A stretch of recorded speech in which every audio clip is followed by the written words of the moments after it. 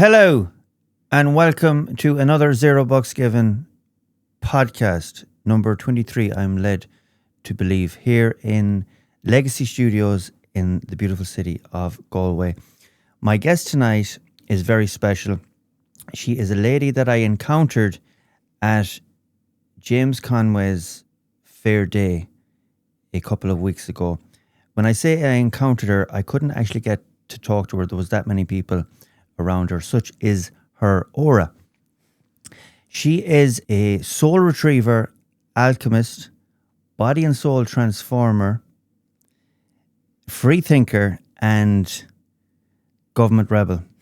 That bit I can share with her. Tonight on the podcast, I have Alanna-erin. Alanna, you're very welcome in the Zero Bucks Given podcast studio. Thanks so much, Stephen, and thank you so much for having me here. No worries at all. I am looking forward to that. Like I said, I got a lovely aura from you when the crowd were gathered around you, when you were telling people about what you do, and we're going to get into all of that and all that I've mentioned and more throughout the evening and the night and the podcast. As I've done with all my guests, I try and strip it back to the beginning. I have this thing, show me the 7-year-old and I'll show you the adult, or a resemblance of the 7-year-old in adult life. So let's strip it back. 7-year-old Alanna, what was she like? Where was she? So before I answer that part, right, I also have a theory that we come here for a reason, and we live the life that we need to live to make the person that we came to be. So when I was 7, I used to ask myself some very deep questions about life, right? So my dad was an atheist, and I could not agree with him on that like we could be here, that we could be so much, and we live like what, 70, 80 years? Like what's that in all of eternity? And then we just die and that's it, we're no more. Yes. Right? I used to really put thought into that. And I think 76 is the average age now. Yeah, right. But like that's the blink of an eye, really. Yeah, really is. I used to really wonder, like, what are we here for? Like, what is life? Like, why? Like, what's the meaning of this? We're not really here to just exist for, like I said, just 70 or 80 years or whatever, right? And I used to think about being an adult as like 23 being really old, right? That was like, you're majorly an adult there, and I couldn't really imagine life beyond that point. But I used to think, like, how could I ever be that age and who I am now not really existing anymore, that I kind of would lose what I now look back on as being like my inner child. I kind of felt like if that was to go, I would have kind of lost myself, you know? Yes. That didn't make too much sense to me at the time. It's only now looking back. But ultimately, a very, very deep thinker, but... Even at 7? At 7, yeah. Okay. Yeah, absolutely. Now, also, at 7 is when my life started to get a bit difficult, right? Okay. So prior to this, life was lovely. But by the age of 7, I was the eldest of 4, right? We're talking what county? Cork. Yeah. We're still in Cork. Sorry, we'll go back a little bit, right? So my father is Italian-Australian. Okay. What a combination. Yeah. So my mother met him in Australia when she went travelling after her mother died. And I was born in a place called the Snake Pit in Casino. I was born in the year of the snake as well, actually, too. And that will make a bit more sense later on when I kind of explain about what I'm doing, because the snake is very much symbolic of like Kundalini energy. Okay. Right? So, and transformation. It's like very much about that. And actually, like even my numerology and everything like that, like I said, I believe that we come here to live through what we're meant to go through to create the person we're here to become. But even my numerology is like, my life path is 11, which is a very spiritual one. Okay. And my like destiny number, the number of like who I am, is a 99. Okay. Which is like the sum of all the master numbers. Okay. Which doesn't necessarily mean the easiest path either, right, to get there. But yeah, at the age of 7, there was an incident, right? So I had 3 younger siblings. The youngest one was 1. And I used to be very much responsible for them. And there was a day now in particular where I was watching them. I got distracted by whatever was on TV, and my youngest brother crawled out onto the road and was picked up by some passing car, like literally like a couple of 100 meters up the road. Right? Okay. So that I had to hold my breath there. I thought he was going to be run over. he wasn't like, but I was so aware of what could happen if I just Switched off. didn't step into my responsibility for others, and that it literally could mean life or death. Right. So that created a very hypervigilant child who was already overly concerned for the welfare of others, right? And which is not natural for someone that age. at 7, No. no. You should be concerned about, I don't know, picking fluff out of your belly button or something. Yeah, you know. Now at this stage as well, like look, this whole thing, why I'm here, why I even met you in the first place, why I was at James's is because of the flaws in the system, and because I believe I've solutions to that, right? Okay. Which will make much more sense to listeners by the end of this podcast, I hope, anyway, at least, right?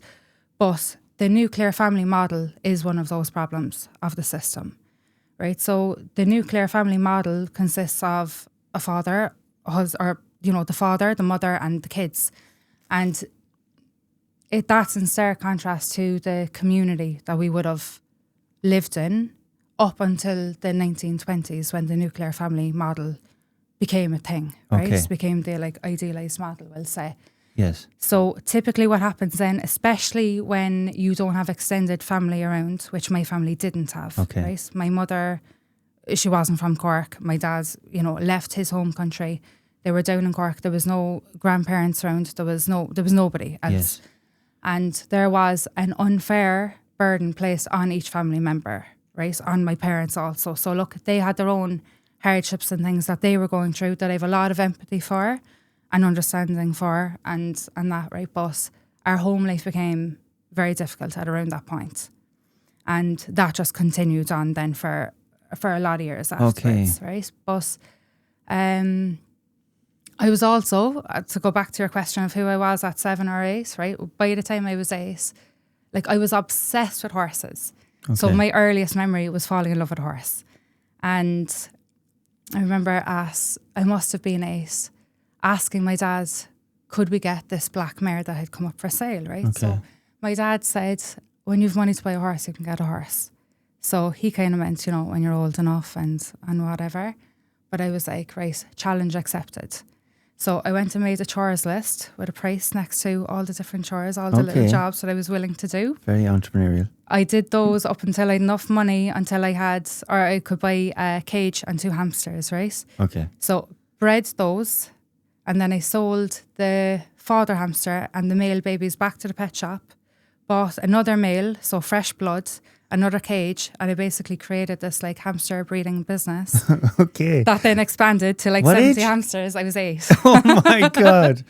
I used to supply 4 pet shops in Cork with baby hamsters until I had enough money to buy the horse. So that is nuts. Yeah. But then again, Irish, Italian, being drawn to horses is a given. We're just drawn to horses. Yeah. But then something happened, right? And this ends up being very relevant for later, but it'll take us a while to get to where this ties in, right? I came home one day after school to feed the hamsters, right? And they weren't kept in my home. They were kept, my mother hated rodents, right? Mm-hmm. So they were kept in what was an old milking parlour of this land that she was buying at the time.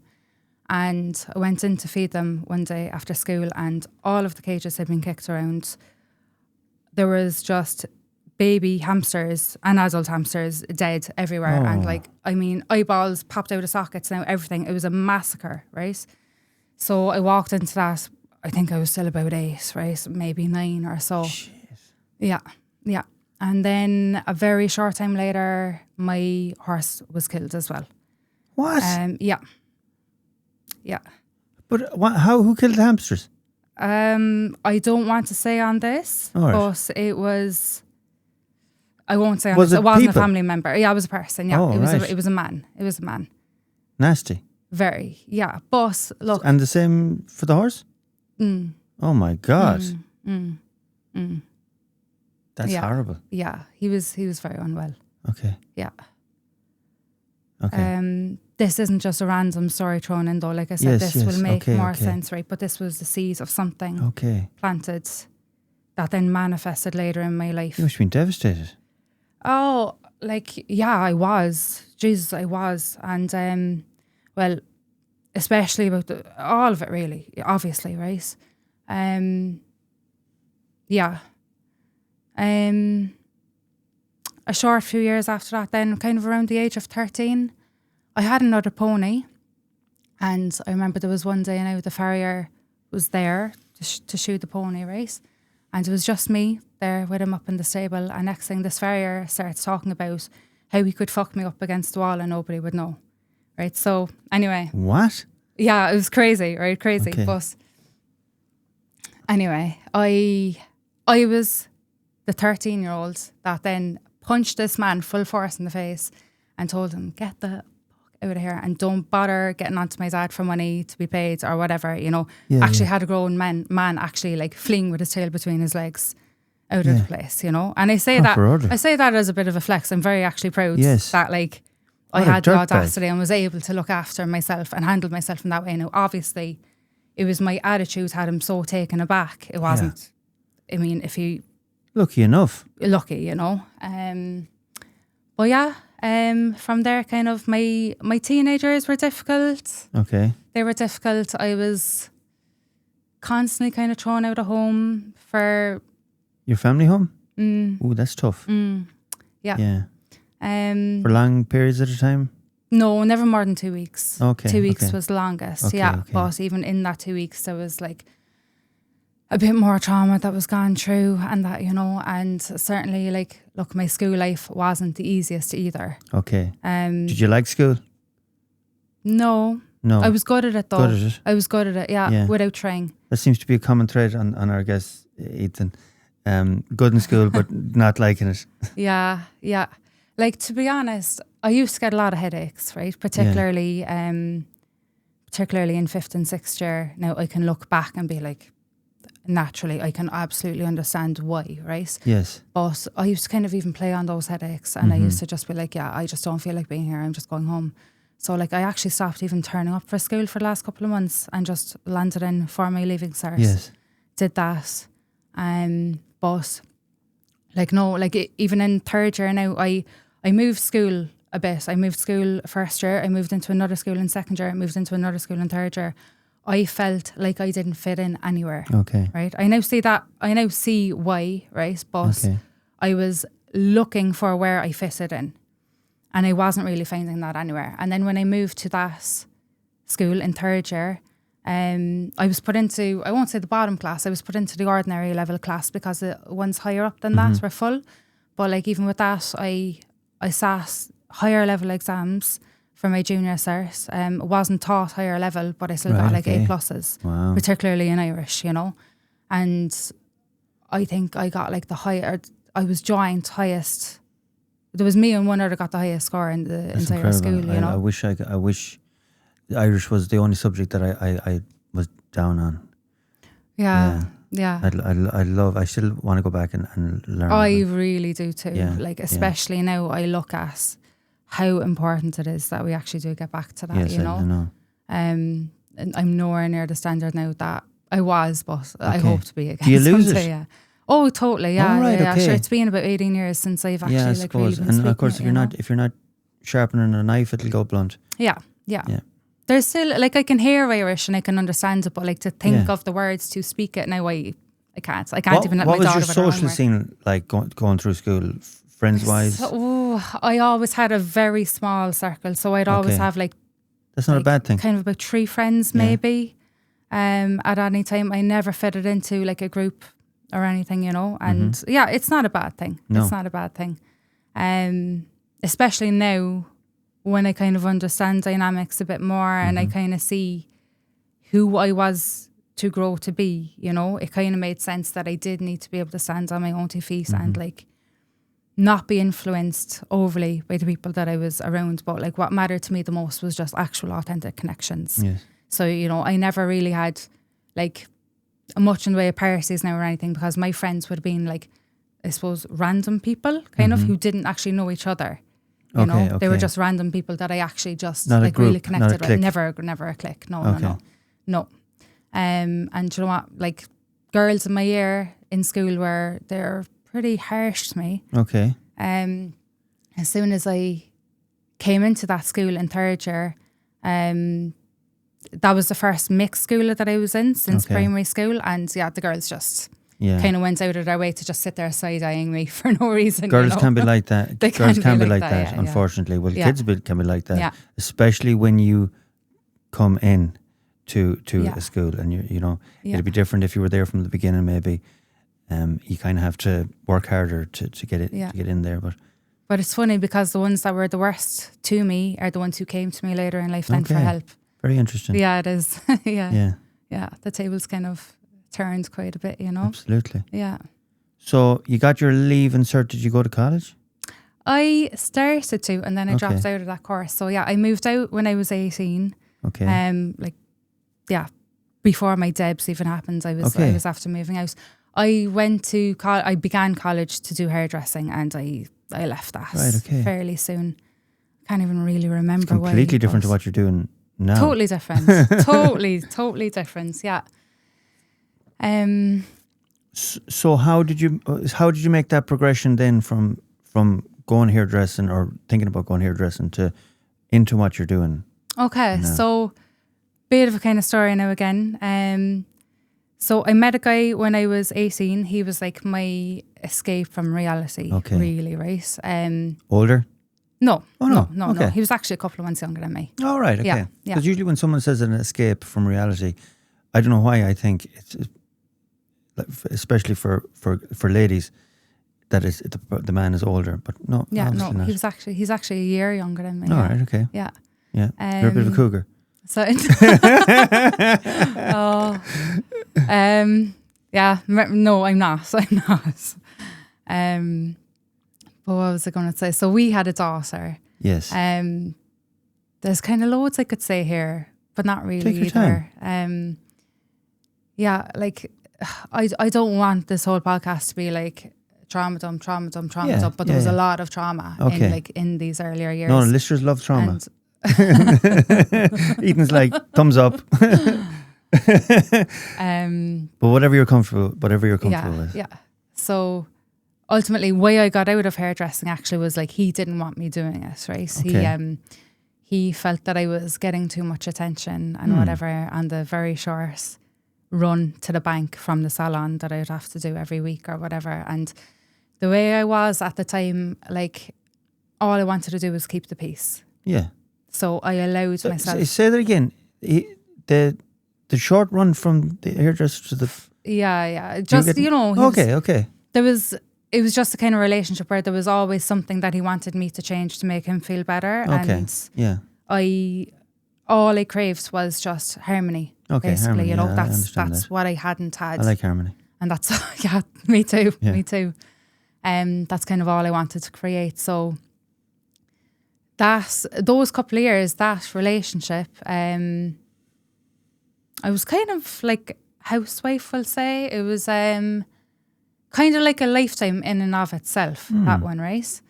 And there was, like after we had our daughter, there was an incident where basically, like, look, there would have been a few times now where he would have kicked me out or whatever. I would have had to sleep in my car. After we had my daughter, he left us essentially. I was recovering from a C-section and I was doing so without painkillers because I wanted to be like fully aware of the pain that my body was in. I didn't want to be numbed and then pushing myself more than my body would naturally allow me to. In the C-section? Yeah. But I was young as well, so. Yeah. Okay. The recovery. No, I don't know. I've nothing. I don't yeah, have you're a right. second You're one right. to You compare recover to, quicker when you don't. The less you take. Yeah. I was. You recover quicker. It was just before I was 21, but that was the mindset that I had. which was again kind of relevant for later as well, kind of important it's for very later. young. It's very young to be, especially with someone that you said was 7 and was very vigilant of other people and looking after other people. It's very young to be not burdened, but putting that in responsibility again. As in with To watch you to be in charge. You know, a life this is the most important thing that you're going to have in your life. Oh yeah, as a child. well, I was delighted to have Yeah, it. Though. yeah. I was delighted to have it. I know, but it's a major responsibility. It's major, yeah. Yeah. Absolutely, Yeah. absolutely. But essentially, with that whole situation, I ended up just making myself a promise that I was making her a promise, I should say, that I was going to put a roof over our heads that no one could kick us out from under. And he'd actually like taken the beds from the house as well. What? Yeah, a couple, like when I was recovering from the C-section, he left. He took the beds from the house. I had to sleep on the floor With a baby? Yeah. So essentially, look, it just... That's not a nice position to be in. Yeah, no. But it gave me, it really fueled me that I was going to be independent, that I was going to provide for her without having to depend on anybody else, right? And I believe that any woman who's been in any sort of abusive relationship, whether it's coercively abusive or otherwise, those are the women that have the skills later on for like escaping the coercive system that we find ourselves into, right? So it all matches into each other. There was key stages of growth there, right? I can very much see the life that I lived, right? And the different stages of that as being like symbolic of the larger picture of things, you know? Like a lot of people now are under massive amounts of coercive control and they don't even realise it, you know? But for women who can go through a relationship like that and create the changes within themselves to escape that, there's key pieces there to a path. And it takes strength. It does. It takes a lot of strength. If you don't mind me asking, did your family know what was going on? No. I mean, kind of. They were some bit aware. Sugarcoat it? I just wouldn't have relied on them for things anyway, you know. But, well, I would have, not emotionally. I wouldn't have relied on them emotionally, right? Is that because you wanted to do it yourself or you didn't want to put that on them? No, it's just because my family was just not a close family. Okay. You know, there was just a lot of tension between them, or between people, you know. Nobody was really close. Right. Like I was... See, that's alien to me, and this has been brought up in a few of the podcasts where families are like that. They're not close, they're alienated from each other. That's alien to me. Like even my cousins were a very tight family, and it's a big family. Yeah. Throughout all the cousins that were just so close. Yeah, I spent a long time wishing I had that. Yeah. It's definitely harder not having that, for sure. It definitely is. Yeah, definitely. There's no doubt about it. Yeah. Even for like having kids, it takes a village to bring up a child or to raise a child. It totally does. But it makes it a lot easier when the village is your family, if that makes sense. But that is one thing I'll say as well. So like never have I allowed anyone that wasn't family of my daughter and who loved her to ever mind her. And like breaking up with her dad was actually such a gift because it gave me, like, you know, she was with him every second day for a few hours. At the beginning, that's how it was. My parents were great with her as well. They'd have her. I actually went back and lived with them for maybe about 2 years in my 20s. Okay. And they were brilliant with her. That's great. They really dosed on her. All right. She has an amazing relationship with both of them still, you know. Fantastic. But the breakup, myself and her dad not being together, was actually a really good thing because it allowed me to retain who I was as a woman outside of my role as a mom. And I think that is so important for people. Important. You know, it's so important. So she'd have her time with her dad. Then she was going to play school and whatever. I'd have a couple of hours, a few mornings a week to myself. And I started getting into the gym and things like that. And it just gave me, it allowed me to keep such a valuable part of me, which was really important. Very important. You know, it's so important. There's mum and then there's Alanna. Exactly. And I think that's like I said, you know, about the nuclear family, how flawed that is and how destructive it is, how much harm it actually creates that people don't even realise a lot of the time. Oh yeah. So just that many parents, like, they become so burdened by who they are in their role as, in their job, and then as a parent, and there's not much room for who they are outside of those. They kind of lose who they are. Yes. And it's so important to keep on to that, Yes, So I'm yes. really lucky from that perspective. That was a massive blessing that I got there. And my daughter, luckily, she loves having 2 homes Right. that she can go to. Yeah, yeah. And she actually gets the best of both parents Absolutely. as well, she does. I know the situation. I Yeah. have it myself. Yeah. Yeah, but So- I get on extremely well with my kids' mothers. Yeah, that's good. Extremely well. That's good. Always have. I was just a little bit wild. And I've always said it. Yeah. There you go. We love the wild. The wild is something we should keep to. Yeah. Absolutely. So anyway, yeah, I started getting into the gym. I actually got into the gym because a friend of mine wanted to join the gym, wanted someone to join with him, essentially bullied me into joining. Okay. So I did. I joined, and to my knowledge, I don't think he's joined, like, however many years later, 12 years later or whatever, right? Fair enough. And that gave me something that I loved. I loved it, right? Yeah. If you Wasn't- love it, it makes it a lot easier. But even if you don't love it, it is fabulous for you. Yeah, so Yeah. good, so Yeah. good. And I was getting really strong. I was able to out-train whatever men were next to me or Okay, whatever, okay. It was a really nice feeling. And there I met my next boyfriend that I went on to be with for, I think, nearly 5 years. Okay. And yeah, over those few years, well, there was actually an incident that happened at home, right, which kind of left me with, like, really stuck for somewhere to live again. Okay. Okay, so that lit a fire under me Okay. and created, like, essentially no room for a comfort zone. Yes.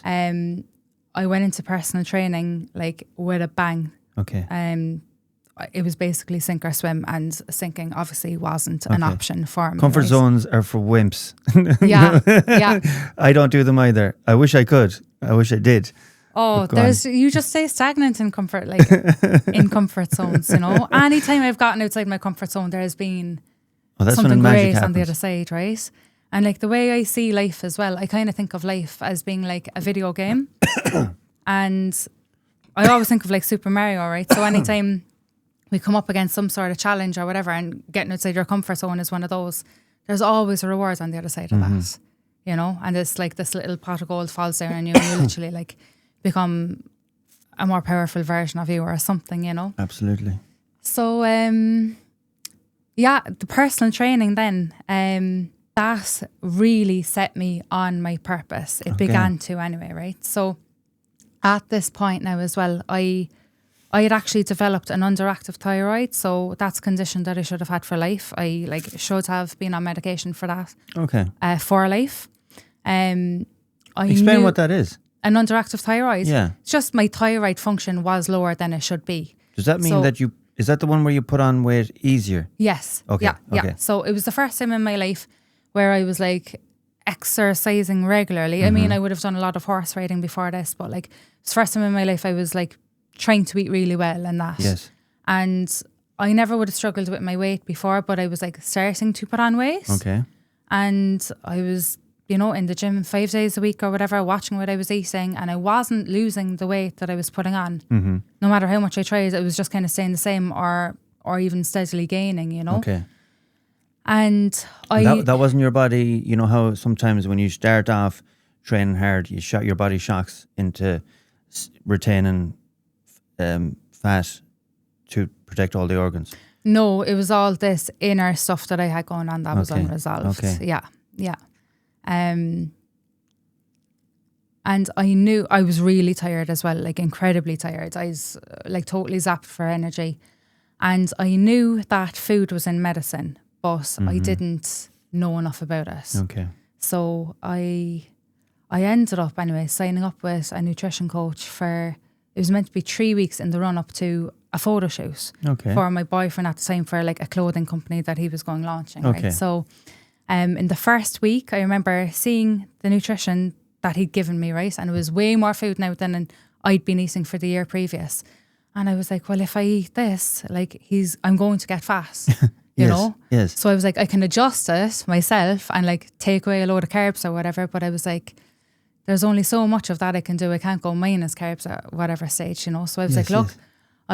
I'll just follow what he's telling me to do, and he'll see that I get fat, and it can be his problem, and he can try source it or whatever, right? And to my surprise, in that first week, I ended up losing like 2.6 kgs or whatever. Yeah, that's huge. Yeah. And then the second week, he reduced my carbs by like 15 grams per day. Yeah. So seemingly insignificant, right? And in that second week, I put back on the weight that I'd lost in the first week. So straight away, I was really intrigued, right? It doesn't make sense according to what we're taught, right? Yeah, like calories in versus calories out. So that really piqued my interest. Like, what is going on here? Why is my body responding completely differently than what we're supposed to think is meant to happen and all this, you know? And I started studying nutrition myself.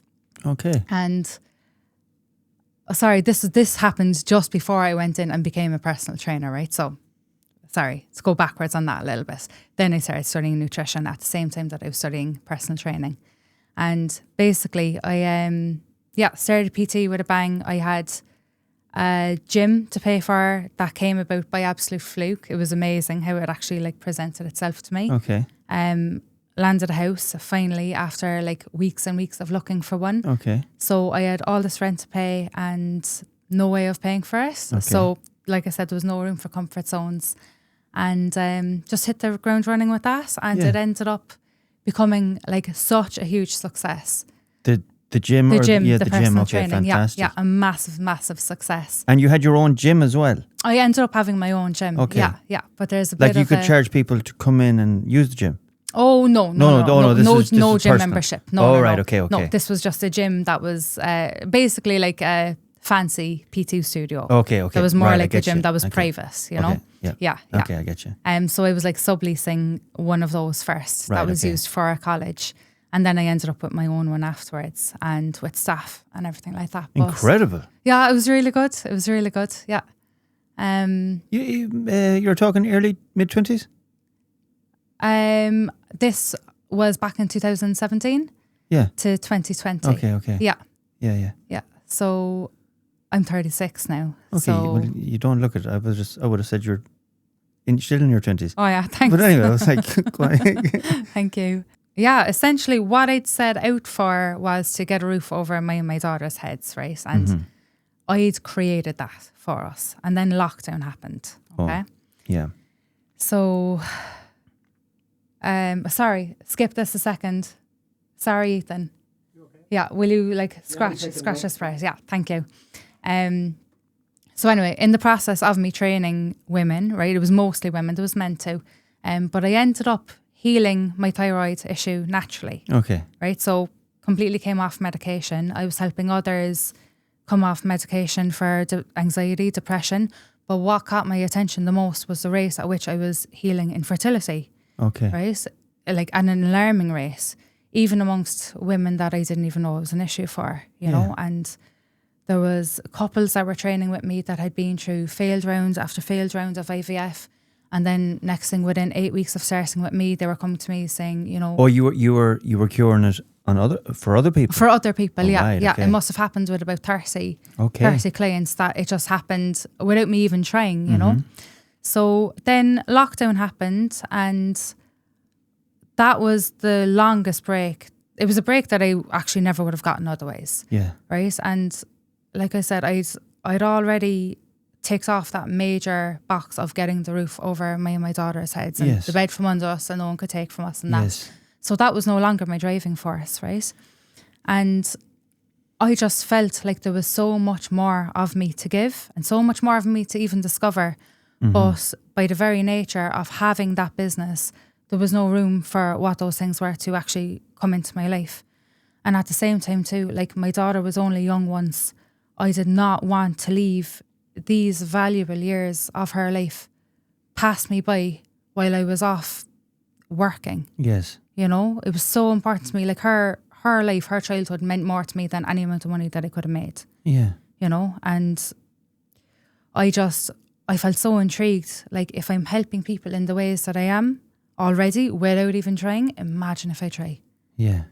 So I went back then after the first lockdown, and by the end of the first week, even though I was only training people that I literally handpicked to train, you know, I had staff working for me They were Okay. training other people. I was actually training as few numbers now as possible. I'd already tried to take, a step back as much as I could. And I just felt like I couldn't do it anymore. Right. My heart was telling me to just leave this go.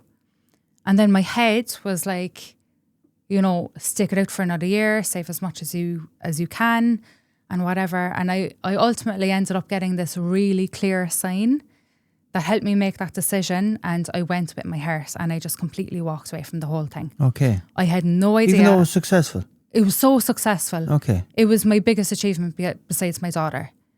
And I would have been even though I was working or earning my own money at least since the age of 8, right? And I was working babysitting jobs after that. I literally had my own first proper job when I was still in school. I was always working, but I still always had to budget, always, before this. Yeah. Right? So, and even feeling getting a roof over my head always felt like I felt dependent on someone else for that until I had this. Okay. Until I had the personal training, So to leave this go, it already felt like such an accomplishment that I couldn't believe I was even able to achieve. It was more than I thought I was, or that I was even powerful enough to do, you know. But I listened to my heart, I listened to my intuition. There was a lot of fear there. I moved through that anyway, and I let the whole thing go. Okay. And on a whim? Somewhat, right? So okay. On a feeling. Okay. So like I said, my priorities had just kind of changed. I really had time to reflect on my values. Okay. Money wasn't a driving force for me. Yeah.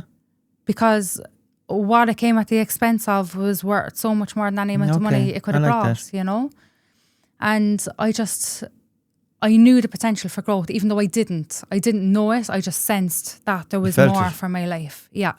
And I had no idea what. So there was all these different things that I felt drawn to learning.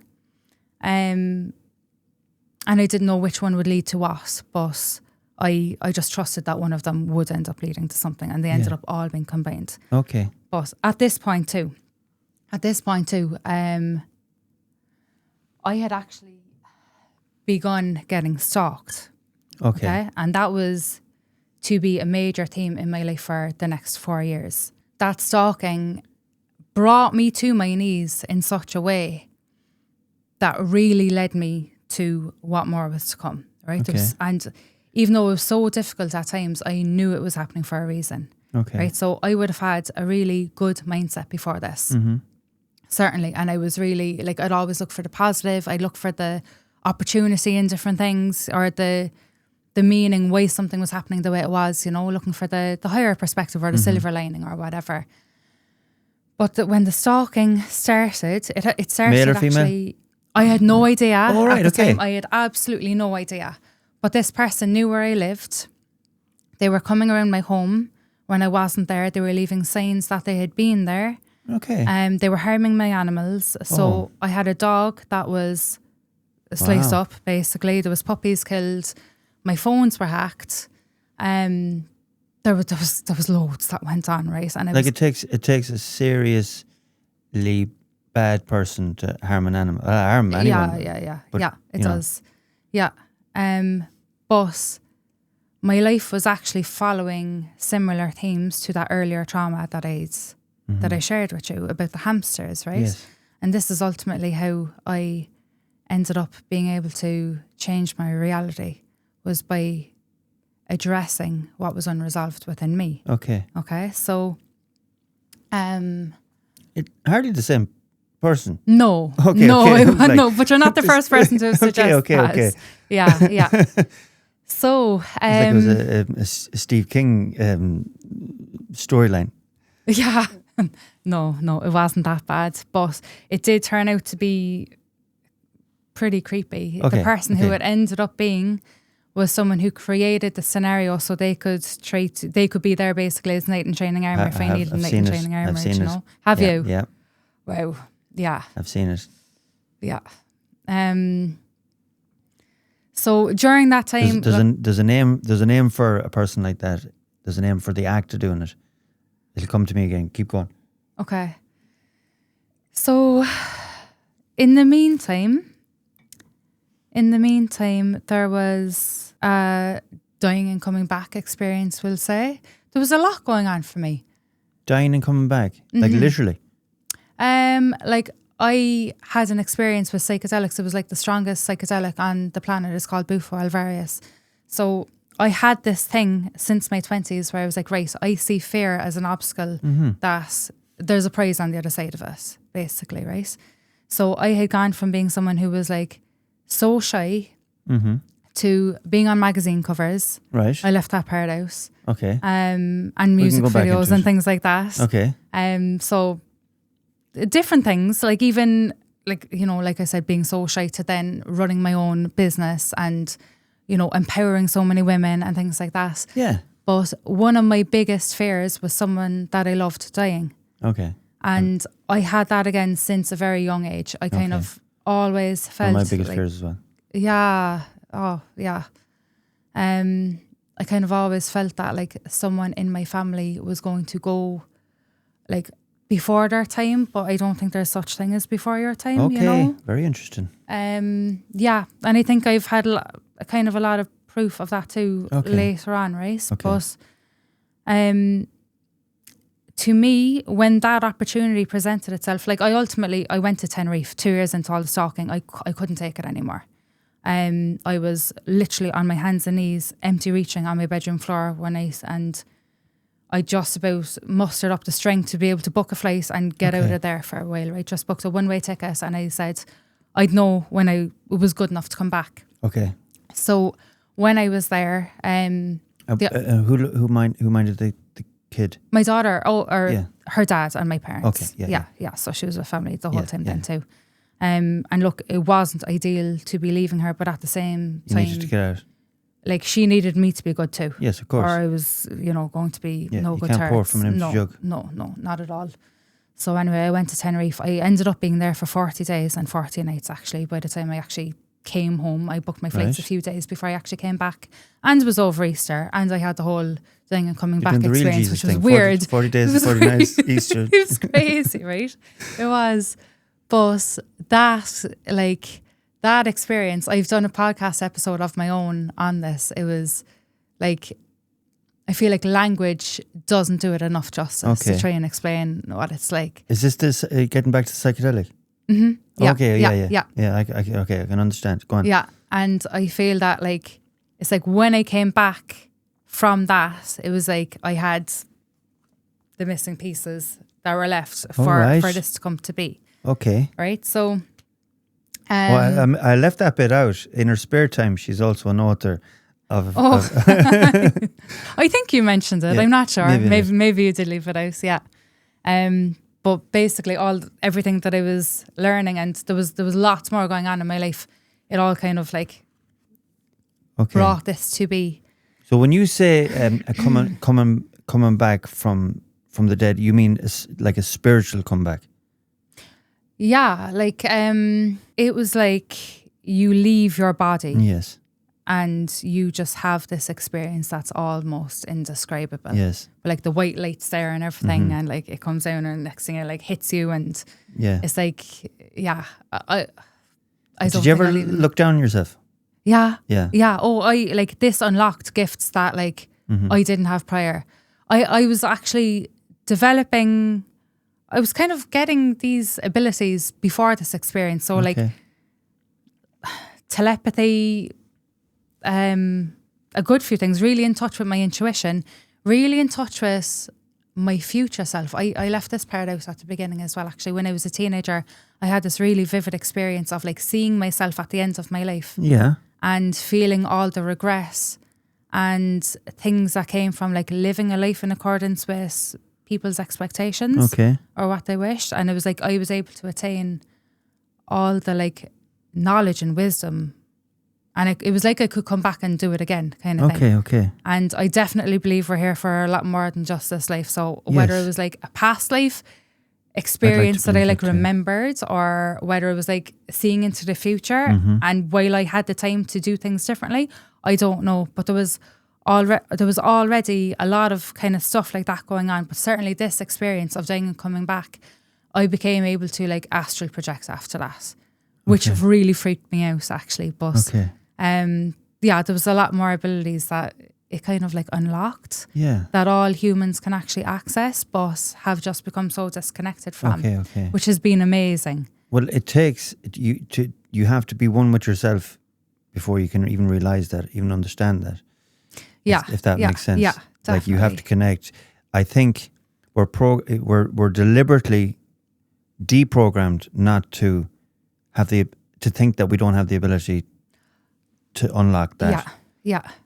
People have, I feel, on a large scale, that people have no idea like who we actually are and how powerful that we are, you know, and too many distractions on purpose. Too many distractions, but like even without those distractions, like we're taught to believe that reality is this certain thing, but there's actually so much more outside of that too, you know. But certainly the distractions certainly don't help. Like I haven't had a TV since 2017, and I certainly wouldn't be where I am now if I was to have that distraction, you know. 100%. And a big part of my thing as well was like even getting off social media and going a couple of years without that. And even facing a fear yet again of like, oh, how will I even get by without having social media? I depend on it for my income and whatever, you know. And how am I going to like financially survive if I don't have that? See, I'd love to fire all my phones and whatever apparatus that I have into the river, but I can't because I depend on them for. I think I depend on them for. Yeah.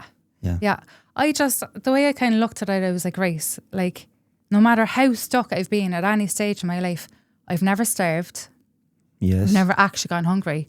I've always made it through, even things that I didn't think I was going to be able to. And it's funny, it was when I was actually racing a part of this, right?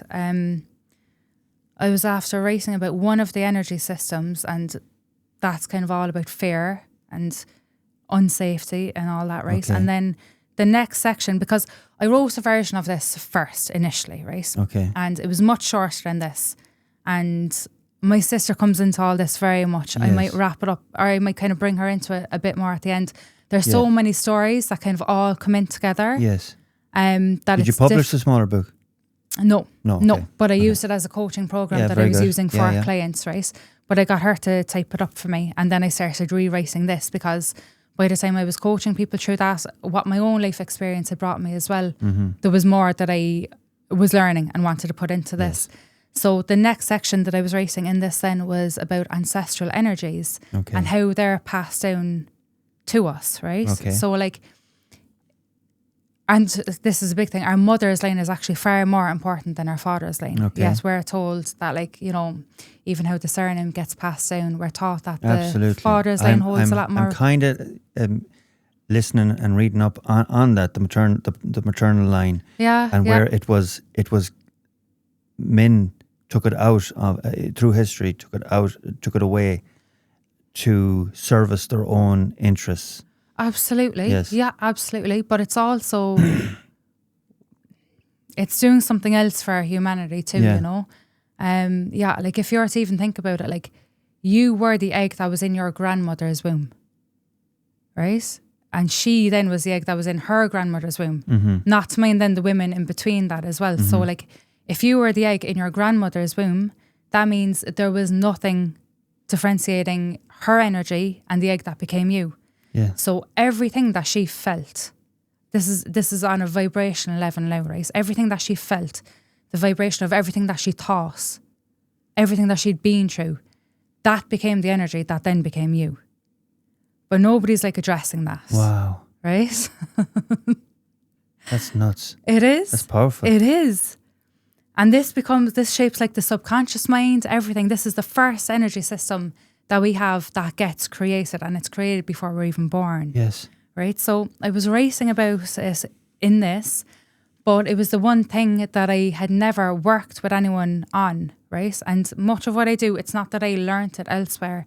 I developed how to do things by being in a position myself where I had to help myself through the stalking situation in particular, right? And other things that came about during the same time frame. And as you can imagine, from the trauma that I had in my life previously as well, there was a lot there for me to undo. You know, I really had to do a lot on myself. which gave me such deep levels of understandings for others too. Okay. Like you can only ever meet others as deeply as you've met yourself, and I've met Absolutely. myself very, very deeply, Okay. right? But yes, when I was writing the section for the ancestral healing part, one of the examples I gave as an energy that gets passed through, and there's an infinite amount, right? But one of the examples was lack of recognition. And I was going to have to figure out how to do a session on this, how to help people shift this, right, in themselves.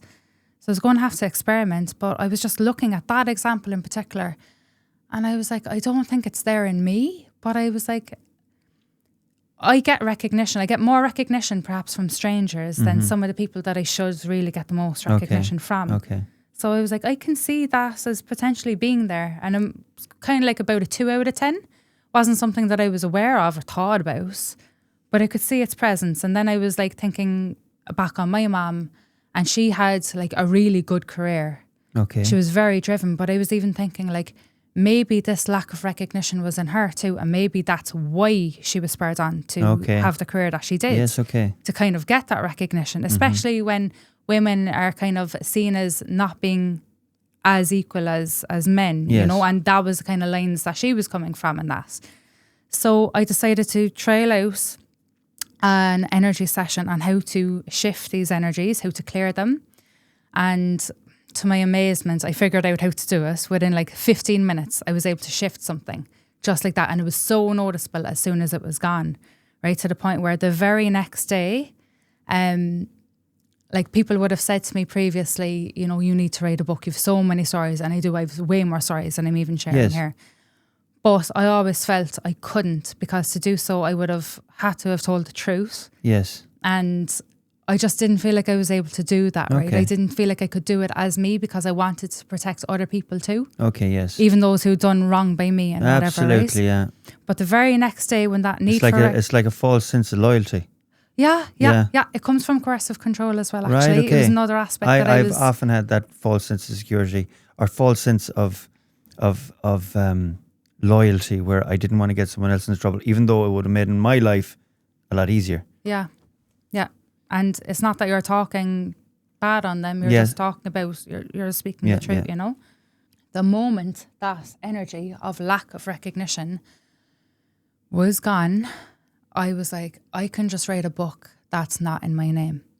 I didn't even realise how much lack of recognition meant that I would want the recognition for what I'd been through, and the level of understanding of how far I'd actually come and how well I'd done to even make it to where I was. Yes. You know, because I was really judged, like by many people, you know. Okay. And because were you really judged, or was that in your No, in your this head? was not in my head. No, Okay, I was okay. like really judged. Like really judged, okay. yeah. And very unjustifiably so as well. Okay. And that's why also that's, sorry, because I told her in a kind of backwards order, but that whole like connecting to my future self and having the wisdom that came from, you know, not caring what other people think, etc. Like I really needed that when I was a teenager as well, moving forward, because that's like constantly being judged, etc. was really there. Okay. So like that whole epiphany or whatever, that future insight or whatever I got from that experience anyway, was really valuable. Like the judgment was real, you know. But I just became much better at living with that. Okay. You know. Accepted it. Yeah, completely, and just even not care about us. But yeah, I wrote an entire book then from that, right? And I gave myself the name in that. Then I gave myself the name Amber. Okay. Right. So even before I actually got here, I wasn't sure if I come on as Amber or as Yes, yeah, Alanna, no, yeah, as you you know. You suggested it. Yeah, and part of that was like even for protection, because the stalking that I've been through in the past, which I'm yet to wrap up the story Yes, of how that yes. came to be. Wait, do you mind me asking why Amber? Why Amber? any It just came. significance? It was Okay, just there. okay. Yeah, immediately when I said, "Oh, I can just write a book in a name that's not my own," the name that was there was just Amber. I didn't Right. even think It's a about it. lovely name. Thanks, thank you.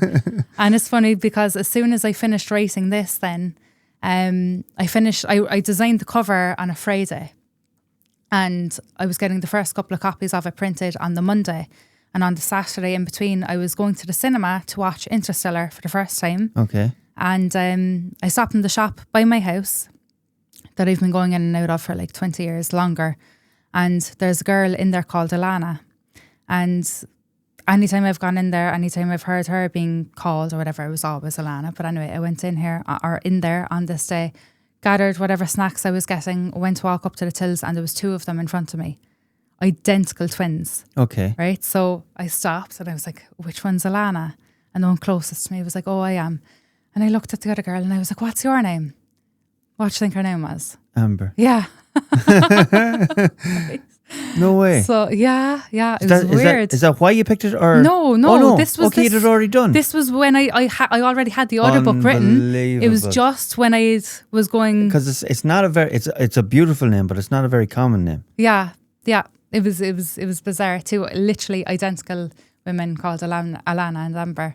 So that's why I just decided to have this written as by Amber. And it makes sense because the other book that I wrote, it tells a lot of the story of how the Holy Grail came to be. Okay. So it just fitted in perfect. But so you wrote 2 books? Yes, and I'm racing another one now at the very moment. Good. I've been racing the one I'm racing now for the last like 2 years or so. Very good. Yeah. But a big part of why I'm here as well is to like really know who you are and embody that. Present yourself as that. Yes. Which is why I was like, I'm just going to go as me and accept whatever kind of comes from that, Oh, it'll be all good. There's been a lot of backlash in the past, but like even the fact that I'm here today talking about what I'm going to go on about talking about is in itself a testimony to the work that I do and how much I've been able to help myself. Yes. Right. And that'll make a little bit more sense. So I'm going to wrap things up a little bit now, or things will make a little bit more sense now, right? So with regards to stalking, that was still going on like 2 years later. So anyway, like I said, the stalking was going on for like 4 years, right? And I became aware of a lymph issue that I had. Okay. So I decided to treat myself like I would treat a client. I looked into the root meaning of lymph issues, right? Because I believe our body is always telling us, it's always showing us something that's going on unresolved on an inner level. Okay. So when I looked into the spiritual or the emotional roots of lymph issues, it was about constantly being under attack and not knowing how to keep yourself safe. Okay. So I was like, right, obviously my external reality is showing me this, right? It's reflecting that. I have someone out to get me and I don't know who it is. Yes, okay. You know, the animals were still being hurt actually at this point, and there was still loads going on. I was still getting threats a lot. And anyway, I decided threats in like phone calls, messages? No, mostly messages on like from fake social media pages and that, you know. But I decided to treat myself like a client, and what I would do with a client is I would always bring them to the roots of where an energy became attached and essentially neutralize it or remove it from there, right? Mm-hmm. So it's much like dealing with a weed. If you cut off the top of the weed and just deal with the aspect that's above the ground, the part that you can see, the weed's going to grow back. Yes. But if you get into the roots and remove it from the roots, it's not going to come back, right? Yes. So I was like, right, feeling under attack, not knowing how to keep myself or what I love safe. When did I first feel this? And it brought me back to the hamster incident, right? When you were 8? When I was 8. Okay. So I was able to do really powerful work on myself to neutralize the feelings that were there in my subconscious mind, to release the energies of those from my body. And what happened when I was doing that, I could feel this sensation down in my lower stomach on the right hand side. Okay. And the right hand side as well is known as the masculine side of our body, right? That came up and I could feel it then like stuck in my chest, okay? And the next morning, I woke up and I had so much compassion for the man who had done that, who had harmed the hamsters, killed the pony and that, right? So basically, this had to pass through the heart, and this is going to be key for what I'm going to go on about later with the sovereignty and that. So I had a journal next to my bed and I started, writing about this. Like I could really understand why he ended up at that point. Okay. And even though I was only 8 at the time, I still knew that you know, he was in his 50s. He had lived still with both of his parents. They'd both died in the house that he lived in. And I think it was about 6 months apart or so, but he was probably the one to find both of his parents dead. I also know that he was very isolated for a time anyway, at least. And it's almost like I could feel like what it was like to be in his shoes. Okay. And just felt so sorry for him. Yeah. And the more I wrote, the more I could feel like this kind of dissipating. Okay. And there still ended up being another bit of work that I had to do over the next couple of days. There was a bit that I had to do to the land even as well, right? And then that was finally gone. But what I had actually done was, it was like I had started clearing the drain, so to speak, and unravelling this energy that, because it was within me, was shown to me then on my external reality. So what happened then was anything that was outside of me, where I felt unsafe and didn't know how to protect myself, that all stopped. That all started dissipating, dissolving, essentially. So there were two things that I wasn't even really that aware of that were, you know, where those energies were involved, became non-issues. And then it ended a couple of weeks later with me finding out who had been behind the stalking all along. Okay. So the moment I found out who that was... how did you find out, if you don't mind me asking? I won't share how I found that out, because I don't want to give away who it was. Okay. Or hint at it if there's anyone watching this who knows me, right? So I don't need to reveal their identity. Okay. But as soon as I did find out, they instantly became afraid of me, right? And I had... Did they know that you found it? They had been watching me through cameras, and I... What? Sourced the cameras and cut off the supply. So the fact that I had done that told them without me needing to tell them. So, yeah. So instantly they were afraid of me, whatever. They were keeping their distance, very much so, and very rightly so. And they were still kind of messing in my life in other ways. Just they were coming nowhere near me anymore, right? They were just doing it in more indirect ways. Okay. And I didn't know how to deal with the situation, right? I had a number of options there. There was other people offering to sort that person out for me. Yes. It was more than one person, actually. It was two men. Myself as well, I know their vulnerabilities. I know their weaknesses. Yeah. These weren't men that could do this to my face. They could only do it hiding behind anonymity, right? Right. So it would have taken so little for me to really be able to mess them up mentally if I wanted to. Like, I would have been able to toy with them so much. And, you know, there's loads that I could have done. I also could have gone the legal route with things, you know. That's illegal. Oh, 100%. Absolutely. Yeah, absolutely. Do you mind me asking where the cameras were? They were at my home, they were at my home. I won't say exactly where. I think there was a tracker on my car as well. Okay. I think so. But by the time I found out who they were by my car then after that, and I think that was their opportunity to get rid of it. I can't say that for sure, though. I don't know. Okay. But as for the other cameras, I can say with certainty, you know. So anyway, I didn't know the solution for how to deal with it. I just knew what I didn't want to do for the solution. So I was yet to actually find what that was. And yet again, I was going for a walk and I ended up connecting to my future self. Okay. Which told me what to do, right? Okay. And as soon as I got back from my walk, I wrote a hypnotherapy, which is in this actually, for like connecting to your future self. That is like, will we say, on your highest path or whatever. That sounds mad, but also powerful and brilliant. Yeah, at the same time. absolutely. So like this whole time being linear stuff is not true. Like, there's a past us that's always present. Yes. And there's a future us that's always present as well. Okay. And what I was doing was communicating with all, like, through all three facets of me. And the presence. Yeah. Present. So I was able to fix my present by communicating with my past self and doing what I needed to do to bring resolve there, and that to bring alchemy there, basically. Okay. And also connecting to my future self. And ultimately, the only thing that brought peace and freedom to that situation. Because like I said, they stopped coming near me. They were still interfering in other ways. Yeah. I had to get a lot of anger out of the way first. Okay. I remember going into the gym one day and kicking the boxing bag 1,000 times with full force, right? There was and the anger being moved out of the way was key first, right? So that was all part of it. But ultimately, the solution came to me while I was driving. I pulled over, I tried this thing, but yet again, it was like it had to come through my heart.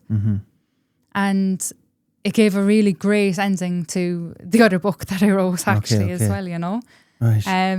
Yeah, it was a really nice book. It was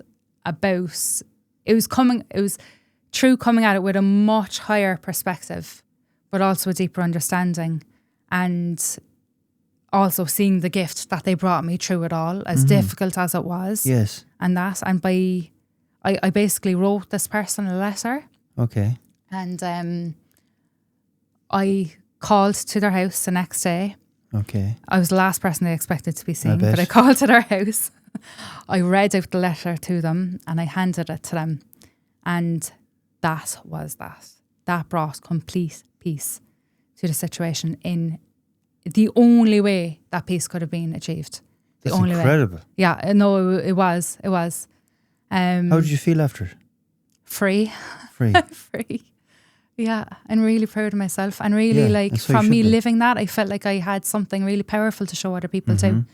Because how many people, like this person, I believe, was trying to drive me to the point of suicide, right? I believe so. For any particular reason? Part of it, like, I can't really give what I believe to be the reasons without kind of sharing who it was. But a lot of men don't like seeing women stronger than them. Yeah. You know, and certainly what I was doing with my life and how I was doing it, I had already ticked off a lot of this person's dreams. Okay. And through no fault of your own. Absolutely. Use the power away. You know? So yeah, I definitely think that was part of it, right? The whole, like, I'm a man. I'm meant to be able to achieve X, Y, Z, and here's a woman doing this better than me. But also, like I said, I believe that they created a situation that they could then be knight in shining armour for too. Yes, so of course. I believe some of it was to actually like save the day. The Florence Nightingale. Yeah. But what that experience did, and particularly how I wrapped it up, was it really showed me how to change my external reality by changing the energy within me, you know, in a way that literally was absolutely undeniable. And that wasn't the first time that I'd experienced that either. But it was something that gave me such a deeper level of understanding through living it than anything that I could have just learnt about from a book or whatever, you know. I was also, I think this is relevant too, right? I was also working with clients on a one-to-one basis after leaving the gym and while I was writing the first version of the Holy Grail. And,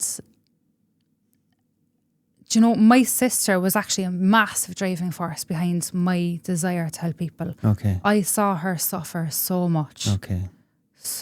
So much, more than anyone should ever suffer. I know.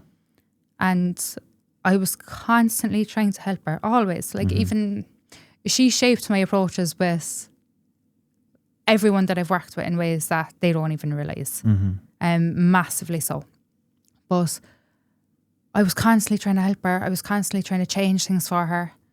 And without going into anything about her life or what was going on, I've done a podcast episode on this too, and on my journey with grief. And that, if anyone wants to listen, it's called... You shared a bit of the story with me earlier on, but we won't. Yeah, we'll only go into, so I know. Yeah. What? If anyone does want to listen, I'd love for you to listen. It's on my own podcast. It's called The Angel That Went Unnoticed. But I remember one day so clearly, I was walking through the fields and I just decided to love her exactly as she was, with all her struggles, not trying to change them for her. Okay. Not try to change anything, just love her as she was and accept exactly where she was at without trying to make that better for her. Unconditional. Yeah. And I had no idea the impact that was going to have. But the next day and the day after and the day after, when I went in to do sessions with people, I did not have the same desire that I had had. Oh. It felt completely different. And where I was doing them as well at the time too, it was in Cork City, and like you'd have to walk through just these really low vibrational parts of the city to get to where I was. But I just became really aware of that. And even the clients that I was working with, it was just, something had changed. Okay. And had they noticed? No. Okay. But as soon as I noticed, and I noticed very quickly, because I felt so like I would nearly run in the door to people before that, you know, and I'd skip out of there. No matter what I was dealing with in any session, no matter how heavy it was like such an honour to be able to help them in the ways that I was, that were like enormously life-changing for them, like with immediate effect, you know. So I loved what I was doing with them. But just, like I said, the driving force behind why it changed, something changed. Okay. And I have a better understanding now of what that was, right? But it was kind of like the gym situation again, where I was like, right, my heart's not in this now in the same way. And I did not want to do it for the sake of it being a job. Yeah. So literally, I'd say there was only 3 sessions where it just felt different to before. Not noticeable at all to them, but just enough for me to notice. Okay. And I was like, okay, I need to stop doing this. I don't know why I need to stop doing this, right, but I need to stop doing this. As soon as I made that decision, right, and I decided as soon as anyone who was left, who was already booked in, I was going to honour those sessions. I wasn't going to book anyone else in, but like that was it. That was me done then. Right. As soon as I made that decision, I had someone come my way that wanted to pay me tens of thousands of euro to work with them. Okay. Over the course of a couple of months. Right? So at the same kind of work? The exact same work. Okay. Yeah. Incredible. The exact same.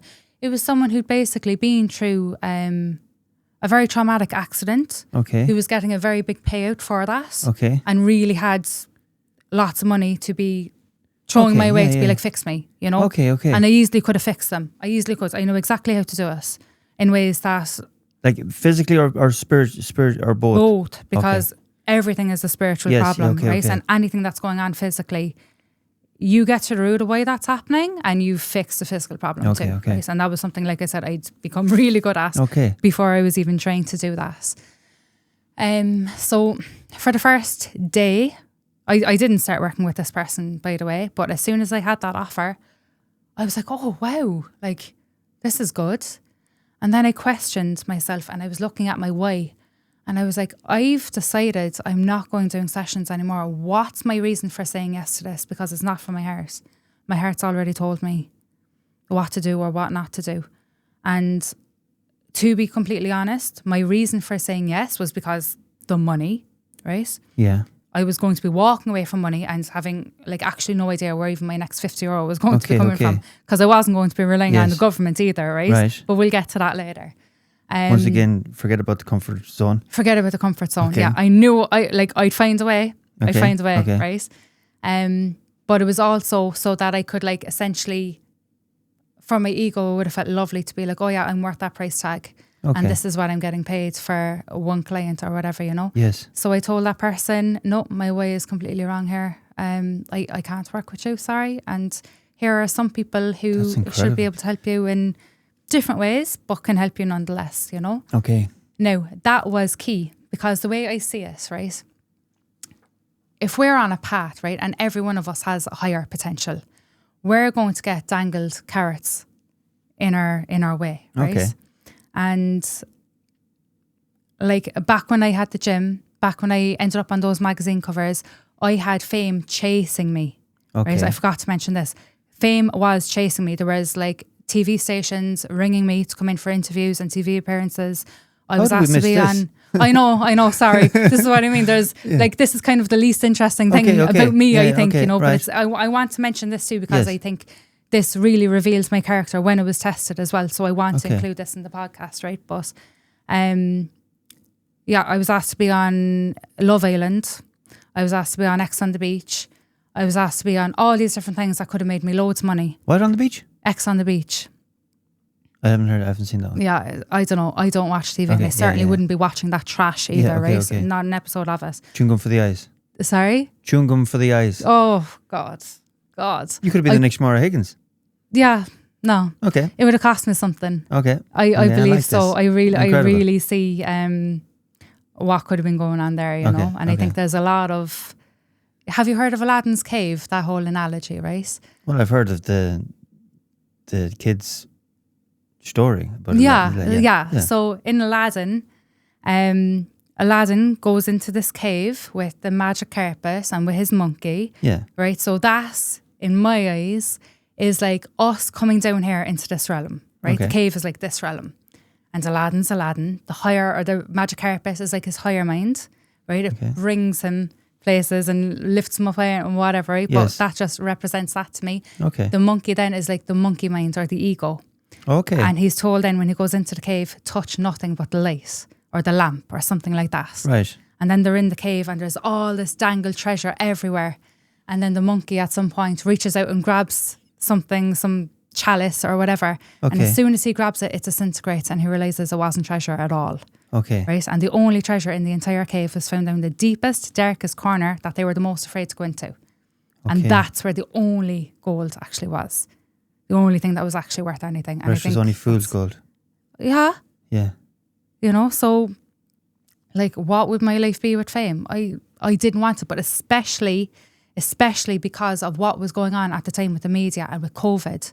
Yes. And I refused to be on any platform that was responsible for fear and lies being spread to people. Oh, right. Even though it would have made me loads of money. Very good. Even though it would have given me a much higher platform. Yeah. And I would have been able to reach far more people and whatever and potentially bring good that way. Yeah. I refuse to have anything to do Well, you would with have them. been There was no way. diluting the goodness as well.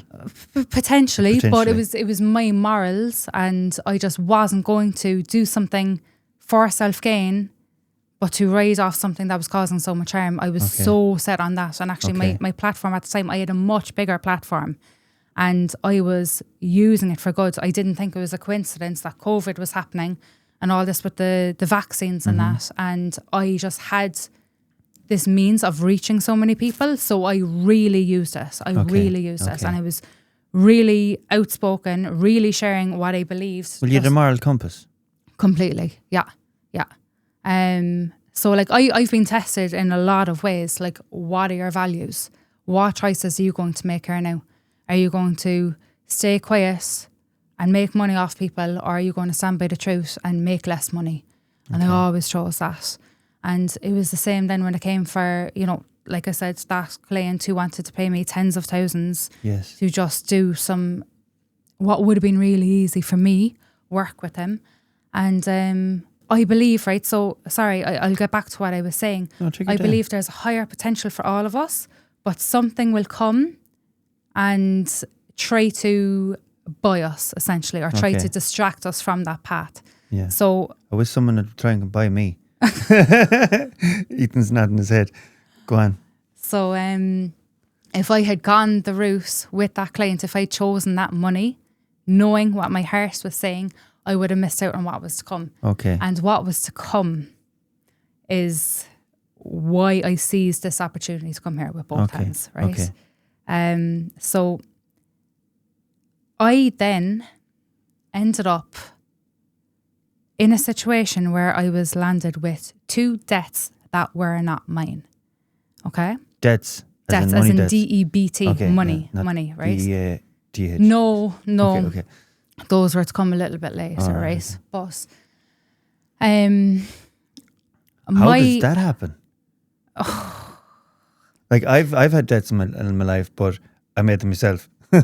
Yeah. So just trusting people and trusting people's intentions were the same as mine, basically being very naive, right? Okay. Assuming people wouldn't treat me in any way that I wouldn't treat them, essentially, right? Yes. So I had ended up with You my see, name. That's the chance you take, because essentially we do believe that people are good.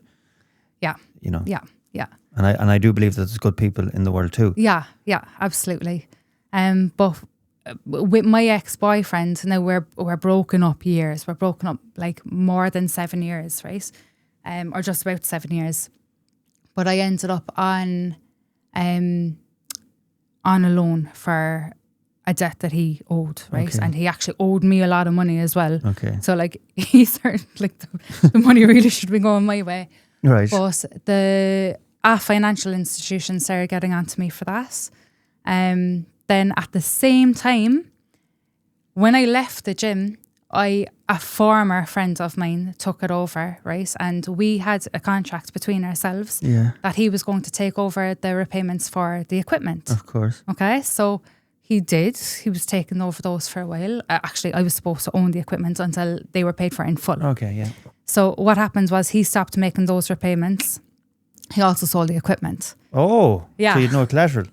Yeah. Right up shit creek. Yeah, he bought himself like a brand new motorbike that or was something nice. like that. So yet again, I had choices of what way to go about things, right? Yeah. And multiple choices. And I just knew the routes that I didn't want to go. Okay. Now, I knew about the jurisdictions of water, of air, of land and all that, kind of from talks that I went to in 2020. Okay. I knew about it. I didn't want to touch it with a barge pole. It seemed so complicated. It seemed way over my head. Yes. And certainly when I started getting letters from them, looking for the money and that, I was like trying to kick the can down the road Yes. as long as possible, right? Yes. I just didn't Want to know deal how with to it. cope with it, Yeah. right? And how to deal with it. And then one day I was in Tesco car park. I don't even shop in Tesco. I don't know what I was doing there, Mm-hmm. but I was in Tesco car park and it was like another conversation with my future self, we'll say. And I was like, the only way of getting through this is to just go through it, to take one Yes, step in yes. front of the other, right? And just make my way. And I was like, avoiding it is not going to do anything here, you know? But there is a version of me that is out the other side of this. Okay. And so much in my life had I like happened. that idea. I like the other idea of another version, the far side. There is, yeah. There's a Yes, future version of you that's Yes. already out the other side and that's Okay. able to tell the story Okay. of how it came to be. And I Okay. love that too. Yeah. And that was the same for the stalking situation. It was like, there's a version of you out the other side that's able to tell the story of how you got there. And actually what really triggered it was something that I was listening to that, like the only line that stuck was, someday people will ask how you did it. Okay. And suddenly like I had it all. But Okay. anyway, I was writing a book at the time and I was like, right, it's probably not a coincidence now, to be fair, that everything else in my life has happened for a reason, but I'm dealing with this. Okay. I was like, maybe I meant to walk the walk so I can talk the talk. Yeah. And in particular, I was thinking about other single mothers or other men and women who are placed under so much pressure for financial debt that actually doesn't even exist, Yes. right? So for me, I could have just gone and paid these, right? I could have. And that would have been the easy route through these. It wasn't the right one. It wasn't the right one. And I knew it wasn't. And also, I knew other people didn't have it in them the same way I had it in them. So I wanted to do it for those people. Okay. Like how many people... To show how it's done. To show how it's done. Yeah. How many people commit suicide because of massive debt and they don't know a way out, you know? And like, this is the thing, right? The banks don't care. The banks don't care, but it's not even their debt. Anyway, it's not even their money. You don't even owe them anything. And I'll get to that a bit later, right? Okay. But I was like, the truth, like, and I've gone this route with other things before. I was like, the truth will set me free. These aren't my debts, right? These aren't my debts. I'm not going to be paying them. And I'm going to go this way that I have a vague idea about, that I really don't want to go, but I'm going to go and do it for those people too, right? So it was about much more than me. It was also about, like, it was for men and women who, like I said, didn't have the same knowledge, didn't have the same balls or whatever too, right? Didn't have the same ways of being able to regulate themselves, of being able to work with energies and whatever, you know. And I just knew that by me doing this, I was going to change someone's life in such a way, right? Now, I'm just going to reiterate, I would not have been able to deal with this situation if I was busy working with clients, Okay. okay? Yes. But I had no idea this was coming Okay. when I made the decision It's to freed up listen your- to my heart and everything. allow what was next to come again, just like when I got rid of the gym. So I began just taking one step in front of the other, just doing the next part of the process that I needed to do to tackle both of those situations. And all I will share from those is that I am delighted with how they went. Okay. And I have attained knowledge and what I see as being the solution to all of the problems that people are talking about now. Okay. Right? To do with the mass immigration. Yes. To do with everything that's going on a government level. Yes. But literally everything that's even going on with Gaza and Palestine Okay. and all of these things, I believe this to be the solution for the whole lot of us. Okay. So, Are you allowed to divulge? I'll divulge a bit more. Okay, Yeah, absolutely. Right. So, this is quite complex. Okay. It's hard to explain, right? It's genuinely actually hard to explain, but I'm going to do my best to explain what takes most people like weeks and weeks of listening to hours and hours of content about this. I'm going to try and wrap it up as easily as I can. Yes. Right. So I have made some diagrams, a few diagrams for the visual learners here. Okay. It will also make it a little bit easier for me to explain as Okay. well. Okay. So I'm going to move this mic and I'm going to grab some pages. This is actually where we were doing this when this is my first time encountering you. This is exactly what you were explaining. Yeah, at the time. Essentially. But since that, I've actually pieced things together a little bit more, even myself, right? On a energetic and sort of spiritual level. Yes. So what I see going on in the world now is it's a spiritual problem. We're in a spiritual war, right? Yes. There's loads going on and it could go into so much more detail about this. And for further, just for anyone that's listening, for further in-depth analysis on what's going on, just check out your socials. Yeah. Or in particular, my podcast, my own podcast is Behind the Mask. We'll mention on Spotify, all we'll them mention again that at the end afterwards. But I really see it all as being a spiritual problem, and certainly any problem that I've helped, whether it's clients or in my own life, it's all being a spiritual problem, which has a spiritual solution, right?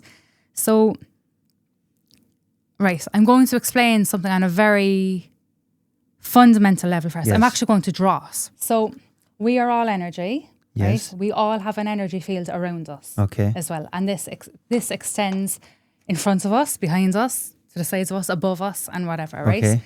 And this is, like I said, we are born here with ancestral energies, with things passed down to us, right? So we automatically come here with some things that I'll call pebbles and stones in our helium balloon, okay? So these are just different energies that show up in many different ways. They can be fears, they can be anxieties, they can be beliefs, whatever those are, right? And what happens is basically our helium balloon, us and our energy field, which I'm calling a helium balloon, right? What that naturally wants to do is it wants to float up to the highest point that it can. Okay. And where it floats up is akin to our frequency, right? The energy field, right? The helium balloon, where that floats up or where that is on this dictates our overall frequency, and that dictates our experience. So I'm just going to go back to the other one now a second.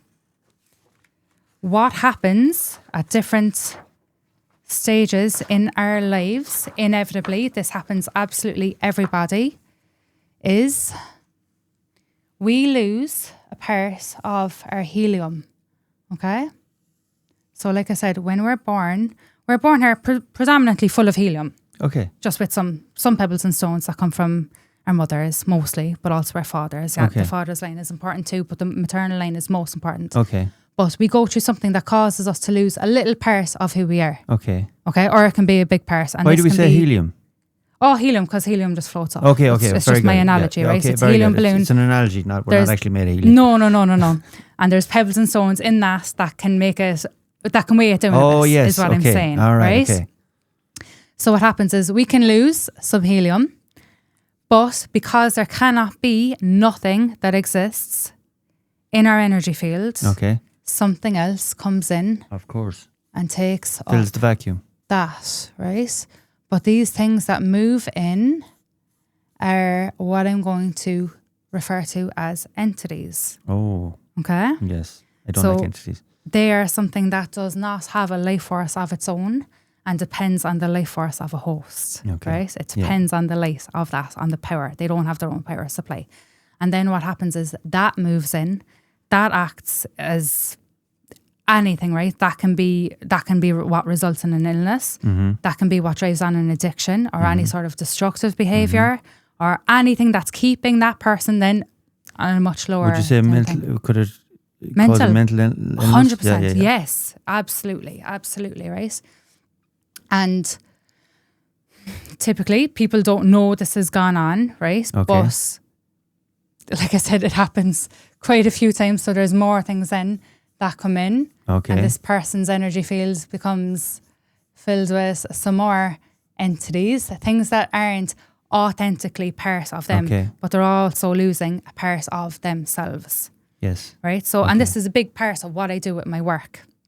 And it's amazing, actually, the stories of different experiences I've had where I can see where parts of the person's energy or parts of their soul has gone. Yeah. And how I've been able to like guess what's there in the energy field out of them. Okay. And they'll be able to bring that part back. Like really amazing you mean stories. Not physically see. No, as in I can, yes, I can imagine. see it, like, Yes, you know. Okay. And I've got some really cool stories that I share on my podcast. I can share another one with you at the end of this if you wish, right? But that is what I see as going on, right? And that is the solution, is to get rid of these and bring back part of the person, part of the man or woman, I should say, right?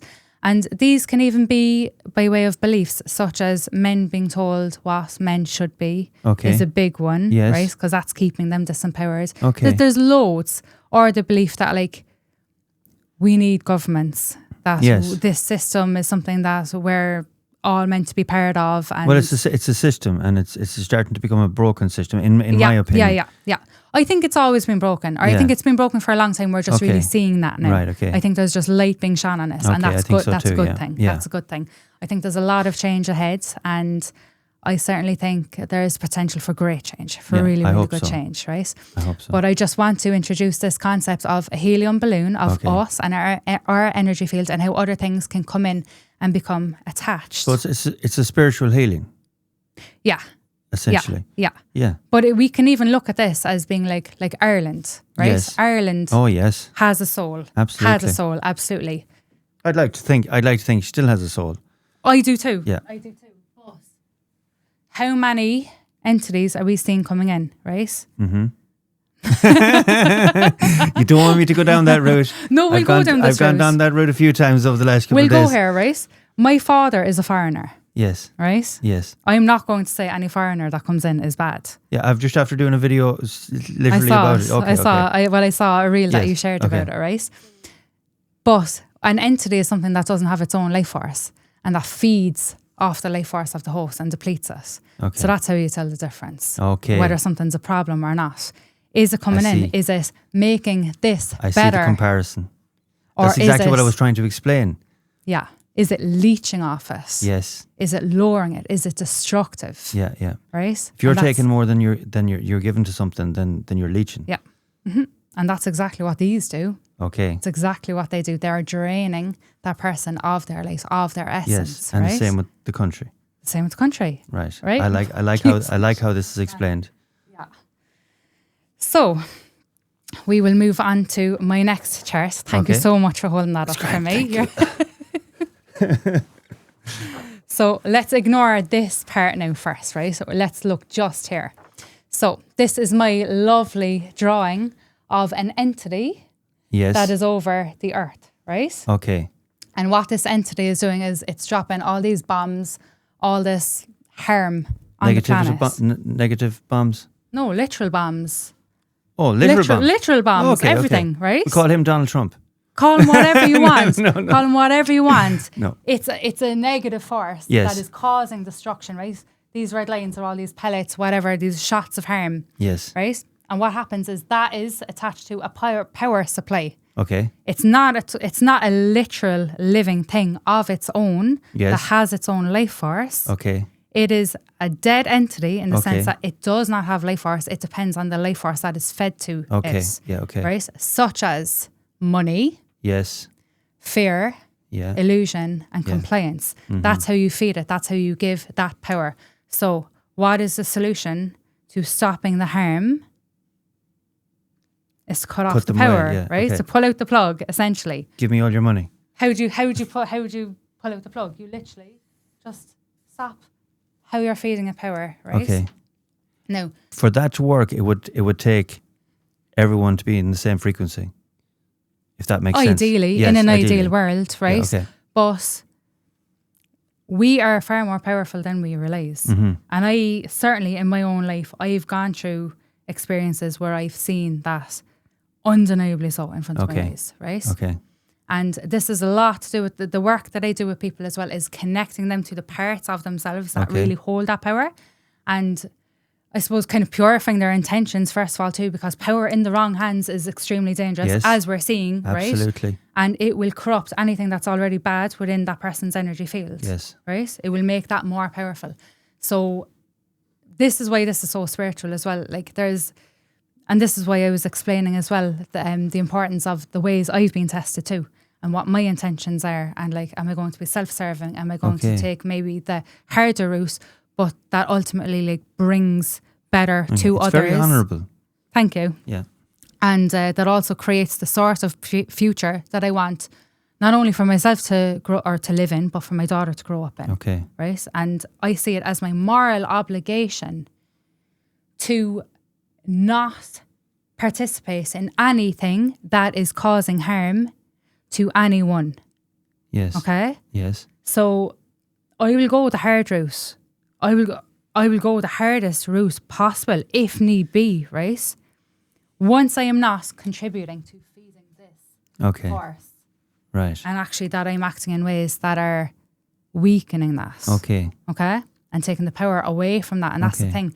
When you take power away from these, yes, the power goes back to where it's meant to go naturally.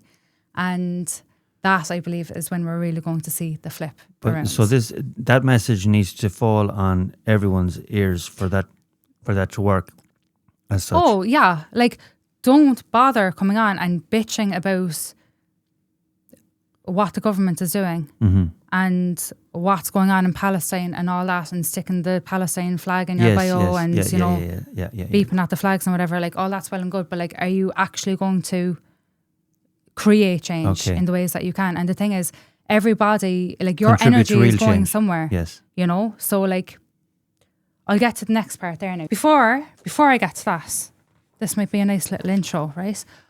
As I said, I was racing the Holy Grail before I reached this point. Okay. I didn't know that this was a roadmap to the entire thing, with this kind of as the end process, right? But the very first page of this book, right? So as you can see on this, there's a mountain. Yes. There's a stream coming down the mountain, and you can see the sky, right? So when I designed this, I didn't even realize that what I was showing in this was the 3 jurisdictions.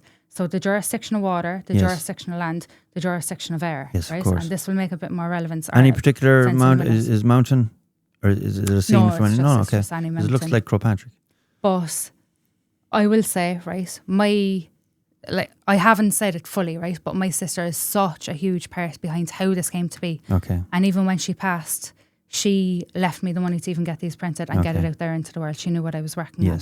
And her ashes are on a mountain with a stream running down it. Oh, wow. Which is nice too, you know.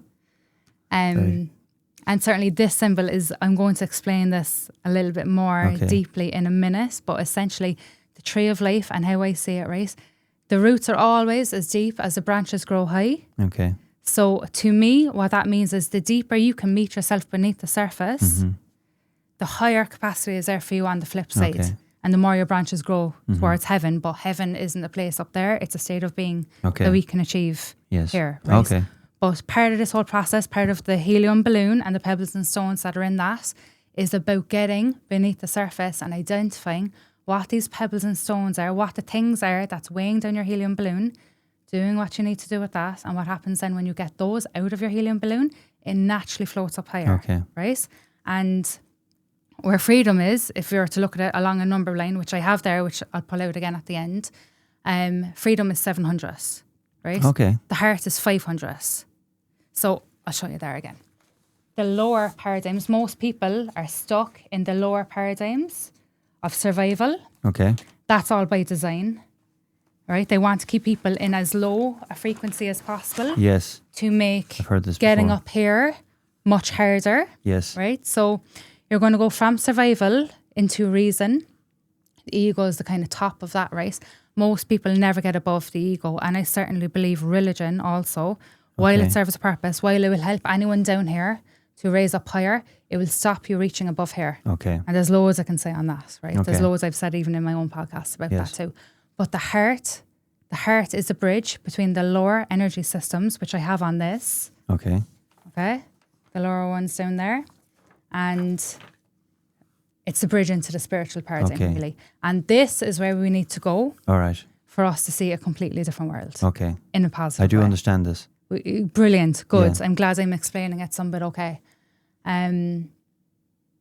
So ultimately, if we want to get to like joy and serenity and peace and bliss and freedom, right? Yeah. Freedom from tyranny. Yes. We need to pass through the heart. We need to get above the ego, but we also need to identify all the things that are in our energy field. Right. They aren't necessarily us, that are weighing us down, and we need to realize who and what we're not, for starters, such as our patterns, such as these beliefs that we have about ourselves, such as the persona that we create, right? Okay. Such as our people-pleasing tendencies, all these things. And we need to realize who we are, and we need to really embody that and then present ourselves as that. And that's where the tables really get flipped, right? Okay. And where it all really starts to make sense.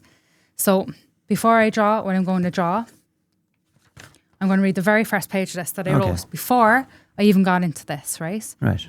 So the dragonfly begins its life underwater, where it has access to everything it needs for survival to live and feed underwater. But when the dragonfly is ready, it begins a process of significant metamorphosis and experiences a massive change, leading it to not only rise to the water's surface, but to leave the water completely. Transformed into a stunning creature, it grows its wings and discovers what is above and beyond the world it once knew as all that there was. Their ability to live in the realm of water extends to the realms of water, land, and air, with its previous limitations surpassed almost beyond comprehension. It can dip back in and out of its old world, but also experiences the beauty and freedom of the world that also extends above it without limitation. The dragonfly is a reminder and symbol of transformation, lightness of being, and its ability to adapt to life's transitions, representing change, transformation, spiritual wisdom, breaking free from limitations, and entering into a higher state of being. And then it just says, this book is to help you to discover where you may currently be, or what may currently be beyond your limitations, and to discover where those limitations lay so they can be overcome.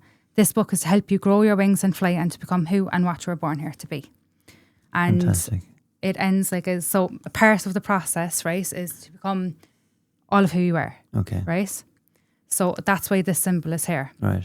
Right? It's representing to realize your full potential. To realize your full potential, but also to realize all of who you are, right? Okay. So like men, for example, and like I was saying about ancestral energies and all that, right? Men have been, by and large, conditioned to believe that they shouldn't be in feelings, to dismiss feelings and override them with their logical mind, to think their way through situations, to not trust their feelings, for example.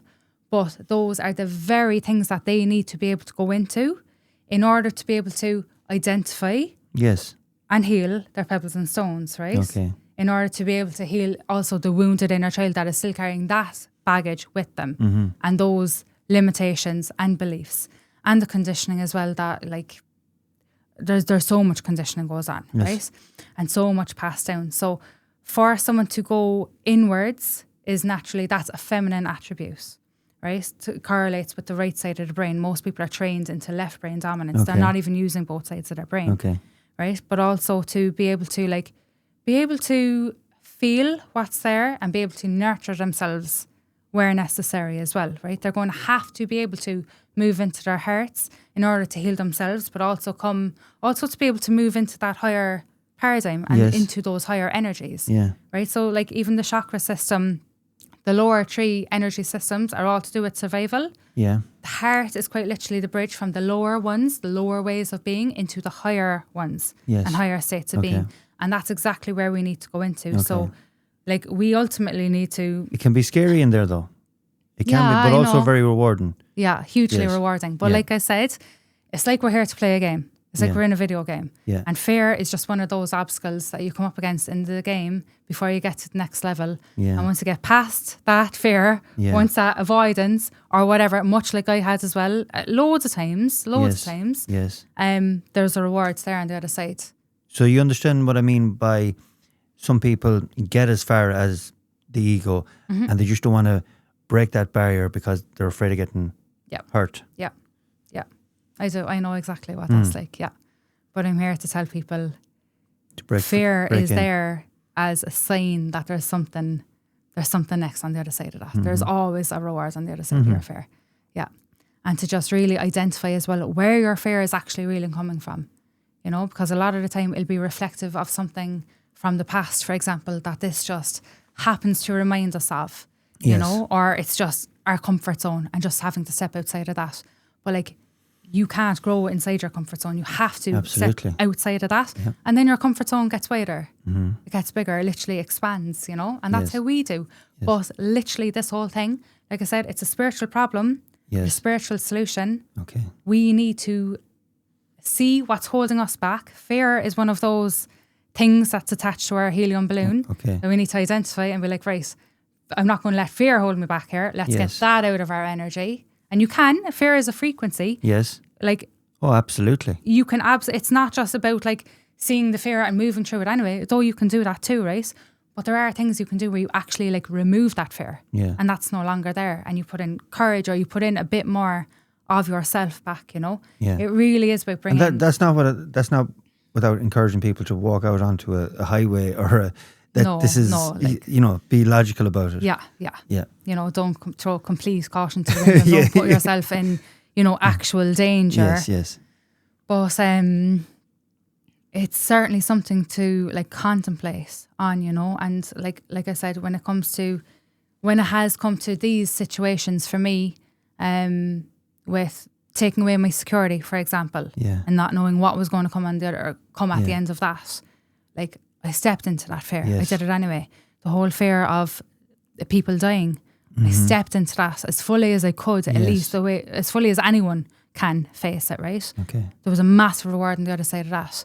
Facing these financial institutions and dealing with it in a way where I was really challenging them in a way that could have cost me much more money in the end if it wasn't to work out well. It was a gamble I was willing to take. It did work out well.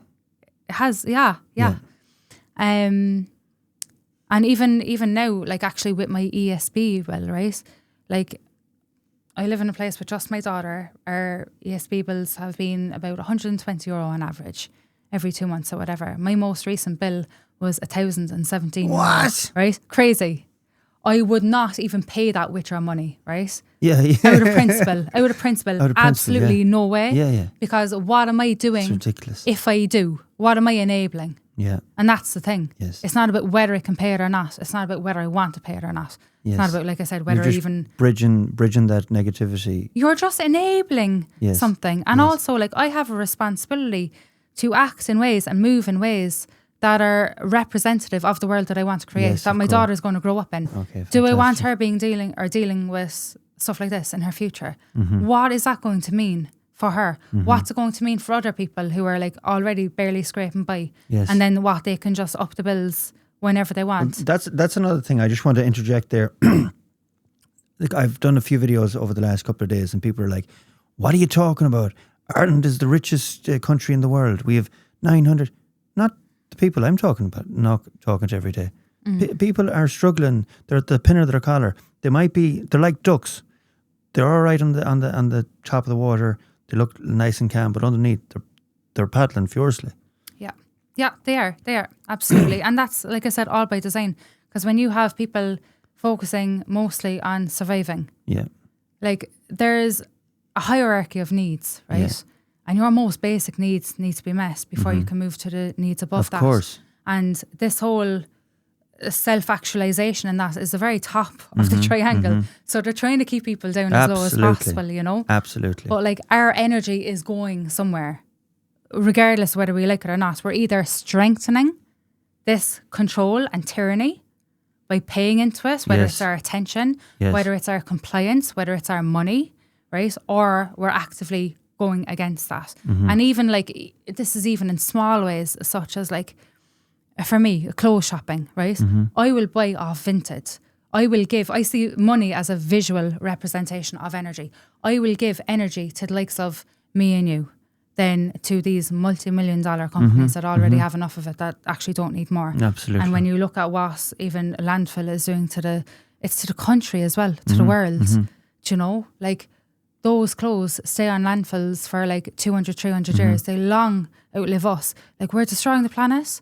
We need to actually look at what we're doing and take responsibility for ourselves instead of like, oh, well, if everyone else is doing it, I might as well. Or if no one else is, there's no point me doing it. Like, you're going to reach the end of your life someday and you're going to look back on how you lived this and you're going to have to live with yourself with how you did or did not do that. Okay. You know? And I, for one, I'm certainly going to look back and be like, well, that was some ride, first of all. Yes. But also, You look back and I'd imagine your moral compass will be clean. yeah. But Yeah. I think there's a bit more going on as well. So, like I said, that whole dying and coming back experience, you don't just come back after a trip with, like it was a trip, right? Yes. That gave me a lot of insights and it kind of like showed me what the world is and I have a bit of a more unique understanding of life than the average person. Okay. And what I think happens is like here, like you're going to continue to be born into a system of control until you figure out how to escape that system. So if you don't want this bullshit for your next life, figure out how to get out and of it. not just an obligation to yourself, an obligation to, if you have kids, you have absolutely to bring them. You don't want, you don't want your kids going into that life. Yeah. You want them in the 500 to 700 bracket. Absolutely, you do. Yeah, absolutely. And not only that, like, I wasn't expecting to say this, but I believe that at the end of our lives or after our lives or whatever as well, we also have to experience what it's like to be others that were on the receiving end of us in some way. Okay. So I believe those that we fail to protect, there's something goes on karmically then as well where it's like maybe you potentially might, who's to say you're not going to be that person next then. Okay, where yes. someone has the power to actually do something to help you but chooses not to take it, you know? Yes. I'm not saying that with any absolute, but the way I understand all this, it's like, it's really a test of your character. Absolutely. Yeah. And very much karmic as well. Karmic. Totally. Yeah. I like karmic. that word. Yeah. Like when I was doing all that with my social media and trying to warn people against COVID and not to take the vaccines and all that, right? And making my decisions as well to not be on the platforms that were creating so much harm. Absolutely. And creating these lower vibrations in people and that. Had I gone a different route there, I would have faced karmic repercussions too, but I wasn't thinking like that at all at the time. Okay. It was much later then. Looking I was back, kind of seeing things and looking back, yeah, you know. So, and even to do with the contribution that we're making also, right? Just kind of come back on that point. Like I had to get a new phone a few days ago, and I went out of my way to pay more money for a second-hand phone than to go and get a new phone on bill pay that would have cost nothing. Yeah. Because then I'm creating, I'm making Apple richer. Yes. Instead of likes of me and you again. Yes. What goes on with what's going into the batteries and what I would be enabling by buying a new phone. That's already there. You know, we all if at all have possible, you make that decision. Yeah, we all have a responsibility when it comes to creating the change that we want to see, you know. And the thing is, we do have the power to do so. I hope so. We do, though. I genuinely believe this because, look, it happens within first. It happens within, and then it gets reflected to you externally, as I've proven to myself many times. And even myself, you know, with my own situation, if I can be not paying these debts, and I mean, for me to learn about this stuff as well, I've been in rooms with people who've not been paying their mortgages and that, and they're still there. Like the thing with this, right? Or what I've come to learn anyway, when we're born, the umbilical cord is severed, right? Yes. Which is very symbolic of them cutting us off from our source, being disconnected from the source. They then take the placenta and they set up a birth certificate actually representative of that, right? Yes, I do remember this conversation. Yeah, was that with me? But no, well, kinda, and And the person that was with you. Oh yes, perfect, yes. brilliant, yeah. So what happens then is you have the first name and the surname tied to that birth certificate, and there's also a trust then that's set up in the name of the birth cert, right? So anytime you go for a loan, say me, when I went for a loan for, say, gym equipment, right? And the bank granted the loan, it wasn't the bank's money. It was actually money that came from my trust. Okay. So I essentially funded my own loan. Okay. The bank gives it to you, and then what you do is you end up paying that back to the bank plus interest. Yes. Right? And when you look at, if you trace it all back and really follow the money, you see how it's the same, like 13 families at the top of absolutely everything. Yeah. And what's going on there is very dark. It's very. And that's why I was showing the diagram of the entity over the world that's creating so much harm and where that's getting its power from as well, right? Is it 13? I thought it was 8 for some reason. I think it's 13. Okay, yeah. I might be wrong. No, you could be right. It's a very small number anyway, basically, you know. And what happens is when men and women claim themselves to be that first name, that surname, they're actually claiming themselves as being a dead entity. Okay. Because that's not the name of the living baby that was born, right? And it's not the God-given name. It's the name that belongs to the system. So I'm not religious, but even the Bible says, do not use the Father's name in vain, right? Okay. It's quite literally, don't use the surname yes. in vain. And like I was kind of saying with the cover of that there and the 3 jurisdictions, so the jurisdiction of water is the absolute lowest one. Okay. Right? And only non-living entities reside in that. There is nothing living in that. Okay. Okay? So that's corporations. Okay. It's governments. Right. It's banking system. Okay. All that. It's all about policies Pond and life. contracts. Pond life, yeah, basically. The dragonfly before it's like anything, right? And it's stuck in this realm that thinks, oh, this is all it is, right?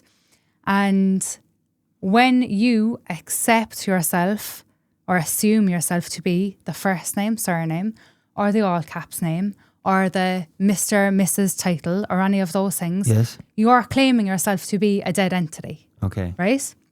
And what happens then, because you're registered to them as well, especially if you're registered to vote, right? This is really important. When you register to vote, you are signing yourself up to being owned by who you register to.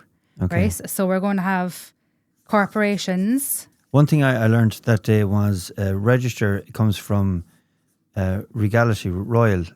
Is it? I'm not sure. Yeah, I think Probably, Reggie, and it was registering with the royals or the king and queens. Yeah, well, it does all come down to the crown, you know. But so that's still in the water territory. Yeah, so this is literally the how the ranking goes, right? This is lowest ranking, the water. Then there's, like I said, the corporations, government, and then beneath that then is you, right? Why would the government listen to you when you have literally placed yourself spiritually and literally as being their property and being beneath them? Okay. You know, people say government is meant to serve the people. Yeah, but you're not even representing yourself as a living man or woman. And most people don't know this, right? But all of this is there for us to learn, right? This is all, it's all attainable to us, right? So it's all about knowing what and who you're not, disconnecting from what you're not, right? The ego, the persona, but also very much this name, and then positioning yourself into the jurisdictions above, right? Which you can only do, like I said, by using the heart as well as the bridge, okay? Yeah. The highest jurisdictions, and this is where living things reside. So this is where men and women get their rights back. Okay? And because they're in a jurisdiction that's above water, they hold authority over that. Okay. So the higher up you are, the more you hold authority over anything beneath it, right? And ultimately, where we want to be going is here. And this is where we're free. I understand the land jurisdiction. You'll have to explain, well, you will explain the land, but the air jurisdiction is... The air jurisdiction is...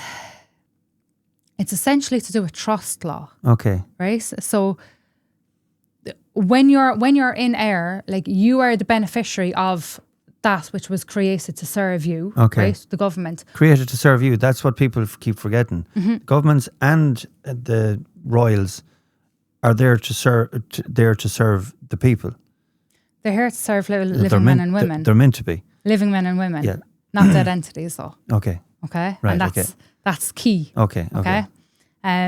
But yeah, so the jurisdiction of error, like I said, trust law, but that's essentially like where you are allowing others to be the beneficiary of what you have to offer. Mm-hmm. So it's about giving more than you're taking, really, to be up here. Okay. That's very much the nature you need to be in. You need to be Yes. full of your own life force, Okay, first of all, course. too, right? You need to have passed the levels that are beneath, that are involved in getting out This of here. is the law we deal with day to day, isn't it? Yeah. Yeah. In the law of land, then it's basically like, don't kill anyone, don't harm anyone or their property, and to be impeccable with your contracts. So like honour your word. If you say something, Yes, of course. like mean it. Yes, of course. Do it. Be honest. That's the laws that are there. And the thing is, these laws don't just get made because we like them or someone has decided them. These are laws of the I'll universe. take over there. Sure. You could actually pop it down now, yeah. We don't need to see it. But it's just with the jurisdictions and how to get into the highest one. And to get into the highest one is all about moving into the totality of who you are. Okay. So, yeah. And releasing what isn't you. So fear isn't part of you. All these things. But really about like healing the pebbles and stones that are in your helium balloon, so it essentially can float up. And about bringing the parts of helium that have been lost back into your helium balloon. I like this. I'd like to think that it could be used as an umbrella for the country, and then a broader as well, which I'm sure it can be. I mean, I hope so. Yeah, I hope so. Would you like, before we wrap it up, would you like to talk about your sister? Is it a little bit too sensitive? There's a lot that I could say. Yeah. There's a lot that I could say. And actually the podcast that I did on her was my second longest one. It went on for ages, right? Okay. I'd probably start crying if I talk about her. Okay. But she obviously means a lot to you. Yeah. Yeah. And she's been behind all of this. Okay. Like all of this. Hugely, and I'm still even piecing together how much so. But I'll just say, right, while we're on this, before we finish up, just the brief exchange that we had this morning, I was deciding whether to come here and present myself as Amber, right? Yes. I advise you to go. You did, yes. You did. And also my whole ethos, my whole thing here, my whole message is, embody who you are and all of who you are, and do so without fear as well. Yeah. And I was like, right, I'm just going to come as myself. And, you can probably understand now a little bit, considering the effects of me putting myself out there in the past, but also the nature of what I'm talking about here too, But I decided to, live by that and just be like, yeah, I'll accept whatever comes my way from this, because it's part of my path. And then you said to me, did I know about Queen Maeve? Yeah. Because my daughter has a fascination with Queen Maeve, absolutely loves Queen Maeve, always has done. And I was actually listening to it, just popped up. It literally popped up. I was making breakfast for myself today, and I thought, you know what, I'm going to listen to something different, something educational, something light but educational. And I said, you know what, I'm going to read back on Queen Maeve, or listen about Queen Maeve. And usually I like the history of it and the mythological side of it.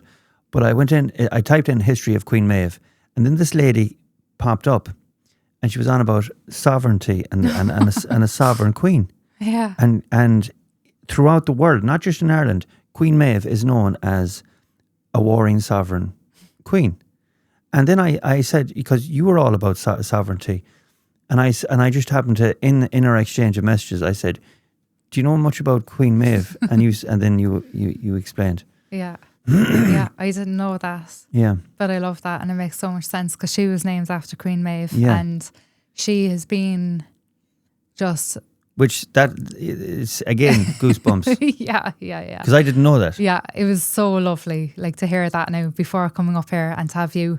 I think you were even looking at the gravesite and everything. Yeah. As you were voice noting me. Over the mountain, the cairns. Yeah. It just feels like, she's been behind all this process in very deep ways, like really deep ways. And she's certainly, this is a natural part of the process Yes. that is, or the route it's meant to go as well. Brilliant. Yeah. As I felt anyway, Lovely. but as I feel confirmed Yes. today. Yeah. Absolutely. It has been fascinating, and I hope it really does help anyone that has listened to it. Before we wrap it up, what does the future hold? Or are you just gonna For me? Yeah. I don't know. You've no real plans? I don't You really. keep following the path? I've never had a 5-year plan or anything, and I used to judge myself for that. Now I'm so glad that I haven't had that, because I'm not putting myself into a little box. And my life is going and has gone ways that are so much better than if I ever planned this. So that's brilliant. I'll just see. If you can look back at the end of your life and say that, that's an accomplishment in itself. Yeah, absolutely. Yeah. Yeah. Give the old book a bit of a shout out. The Holy Grail. Okay, is it sold out? It's yes. I've literally like maybe 3 copies left that I've purposely been holding back. You know, I'm going to be re-racing it because since writing this, there's more that I've even learned. Okay. And there's more that I've even done on myself and be like, oh wow, okay, that was really powerful. So I'm going to have to add that in. It's probably going to be the type of thing where I just keep making new editions of it. Volume 2, honest, a bit like The Secret. No. No. It's way better than that. Oh yeah, well I never read it. I haven't read because I know The Secret either. is like Secret 2, 3 and it keeps going on. Well, yeah, it'll just be different editions. Yes. But this is really like giving people just the most that I can. I have other programs as well, but you know what? Yes. I'm not here to plug myself at my work. Okay. My work just kind of comes Speaks for anyway, itself as well. and I just, even when it comes to one-to-one stuff, I only work with like 5 people at a time. I want to keep those numbers small. I want to push it because I want people. I want people to get the message, because I really believe that this is what society is missing. Yeah, I do too. Yeah. This is available for people. In the meantime, the best I can do is print to order. Okay. Yeah, I can do that. Okay. I'd love to do another bulk print soon. Yes. So I will as soon as I can. But I said, I just want to make some changes. But like, this is handing people the most power that I can. And it's essentially 40 modules. It brings people through a step-by-step process. It literally puts the power into their hands. Right. So that they can, like even the ends of this, right, the purple pages are all written energy sessions and written hypnotherapies that I've done that people can read. A lot of work went into that. A lot of work. A lot of life went into this too. Okay. Yeah. A lot of life lived. A lot of life lived. Which absolutely. Which probably makes it unique. Yeah, absolutely. But it's going to transform lives in a way that I never even could if I was to sit opposite each person and try to go through everything constantly. Fantastic. I was trying to even create freedom for myself by writing this. Absolutely. And give as much as I possibly could. A vessel for that. Yeah, absolutely. So, yeah. That's it. That's it. That's it. That's where can we find you without the book? Without the book, that's a good question. I hadn't really thought of that. Apart from your house, like we're not going to start. No, don't come near there, please. Put around cameras around your house. My Instagram handle is a fine place to start now, but like I don't really think the future version of me is going to be found on Instagram. Okay. I would like to think not anyway. So my email address, Alanna-33@gmail.com. Okay. Or we'll try and put it in on you can the put it in the on thing, the on the handle thing or whatever. anyway. I'll have a think about how you can reach me, boss. Alanna, it has been an absolute pleasure. Thank you so much for joining me here in Galway in the Zero Books Given podcast studio. I hope you've enjoyed it. I have. Excellent. I have. I've been a little bit chaotic in my delivery. No. We like that. I like chaos. Organised chaos is exactly how I live my life. And sometimes it's not organised. Feminine energy is chaotic, There you right? go. The organisation then is the masculine element coming into it. Absolutely. So, but thank you, genuinely, thank you so much for offering me this opportunity to allow my voice and my message, or even just plant a few seeds here. Perfect. For people who could do with it in a way that I couldn't achieve myself alone. You've reminded me of something there about planting seeds. It's something that it's wow. Okay, we're going to wrap it up at that. Guys, thank you so much for listening and watching this podcast. Thank you so much to Alanna for joining me. I hope you enjoyed it. If you did, please tell everyone about it. If you didn't, tell absolutely no one. Please subscribe to the Zero Bucks Given YouTube or Spotify or whatever platform that we're on. And until the next time, stay safe, stay healthy, and stay away from yourself. Good luck.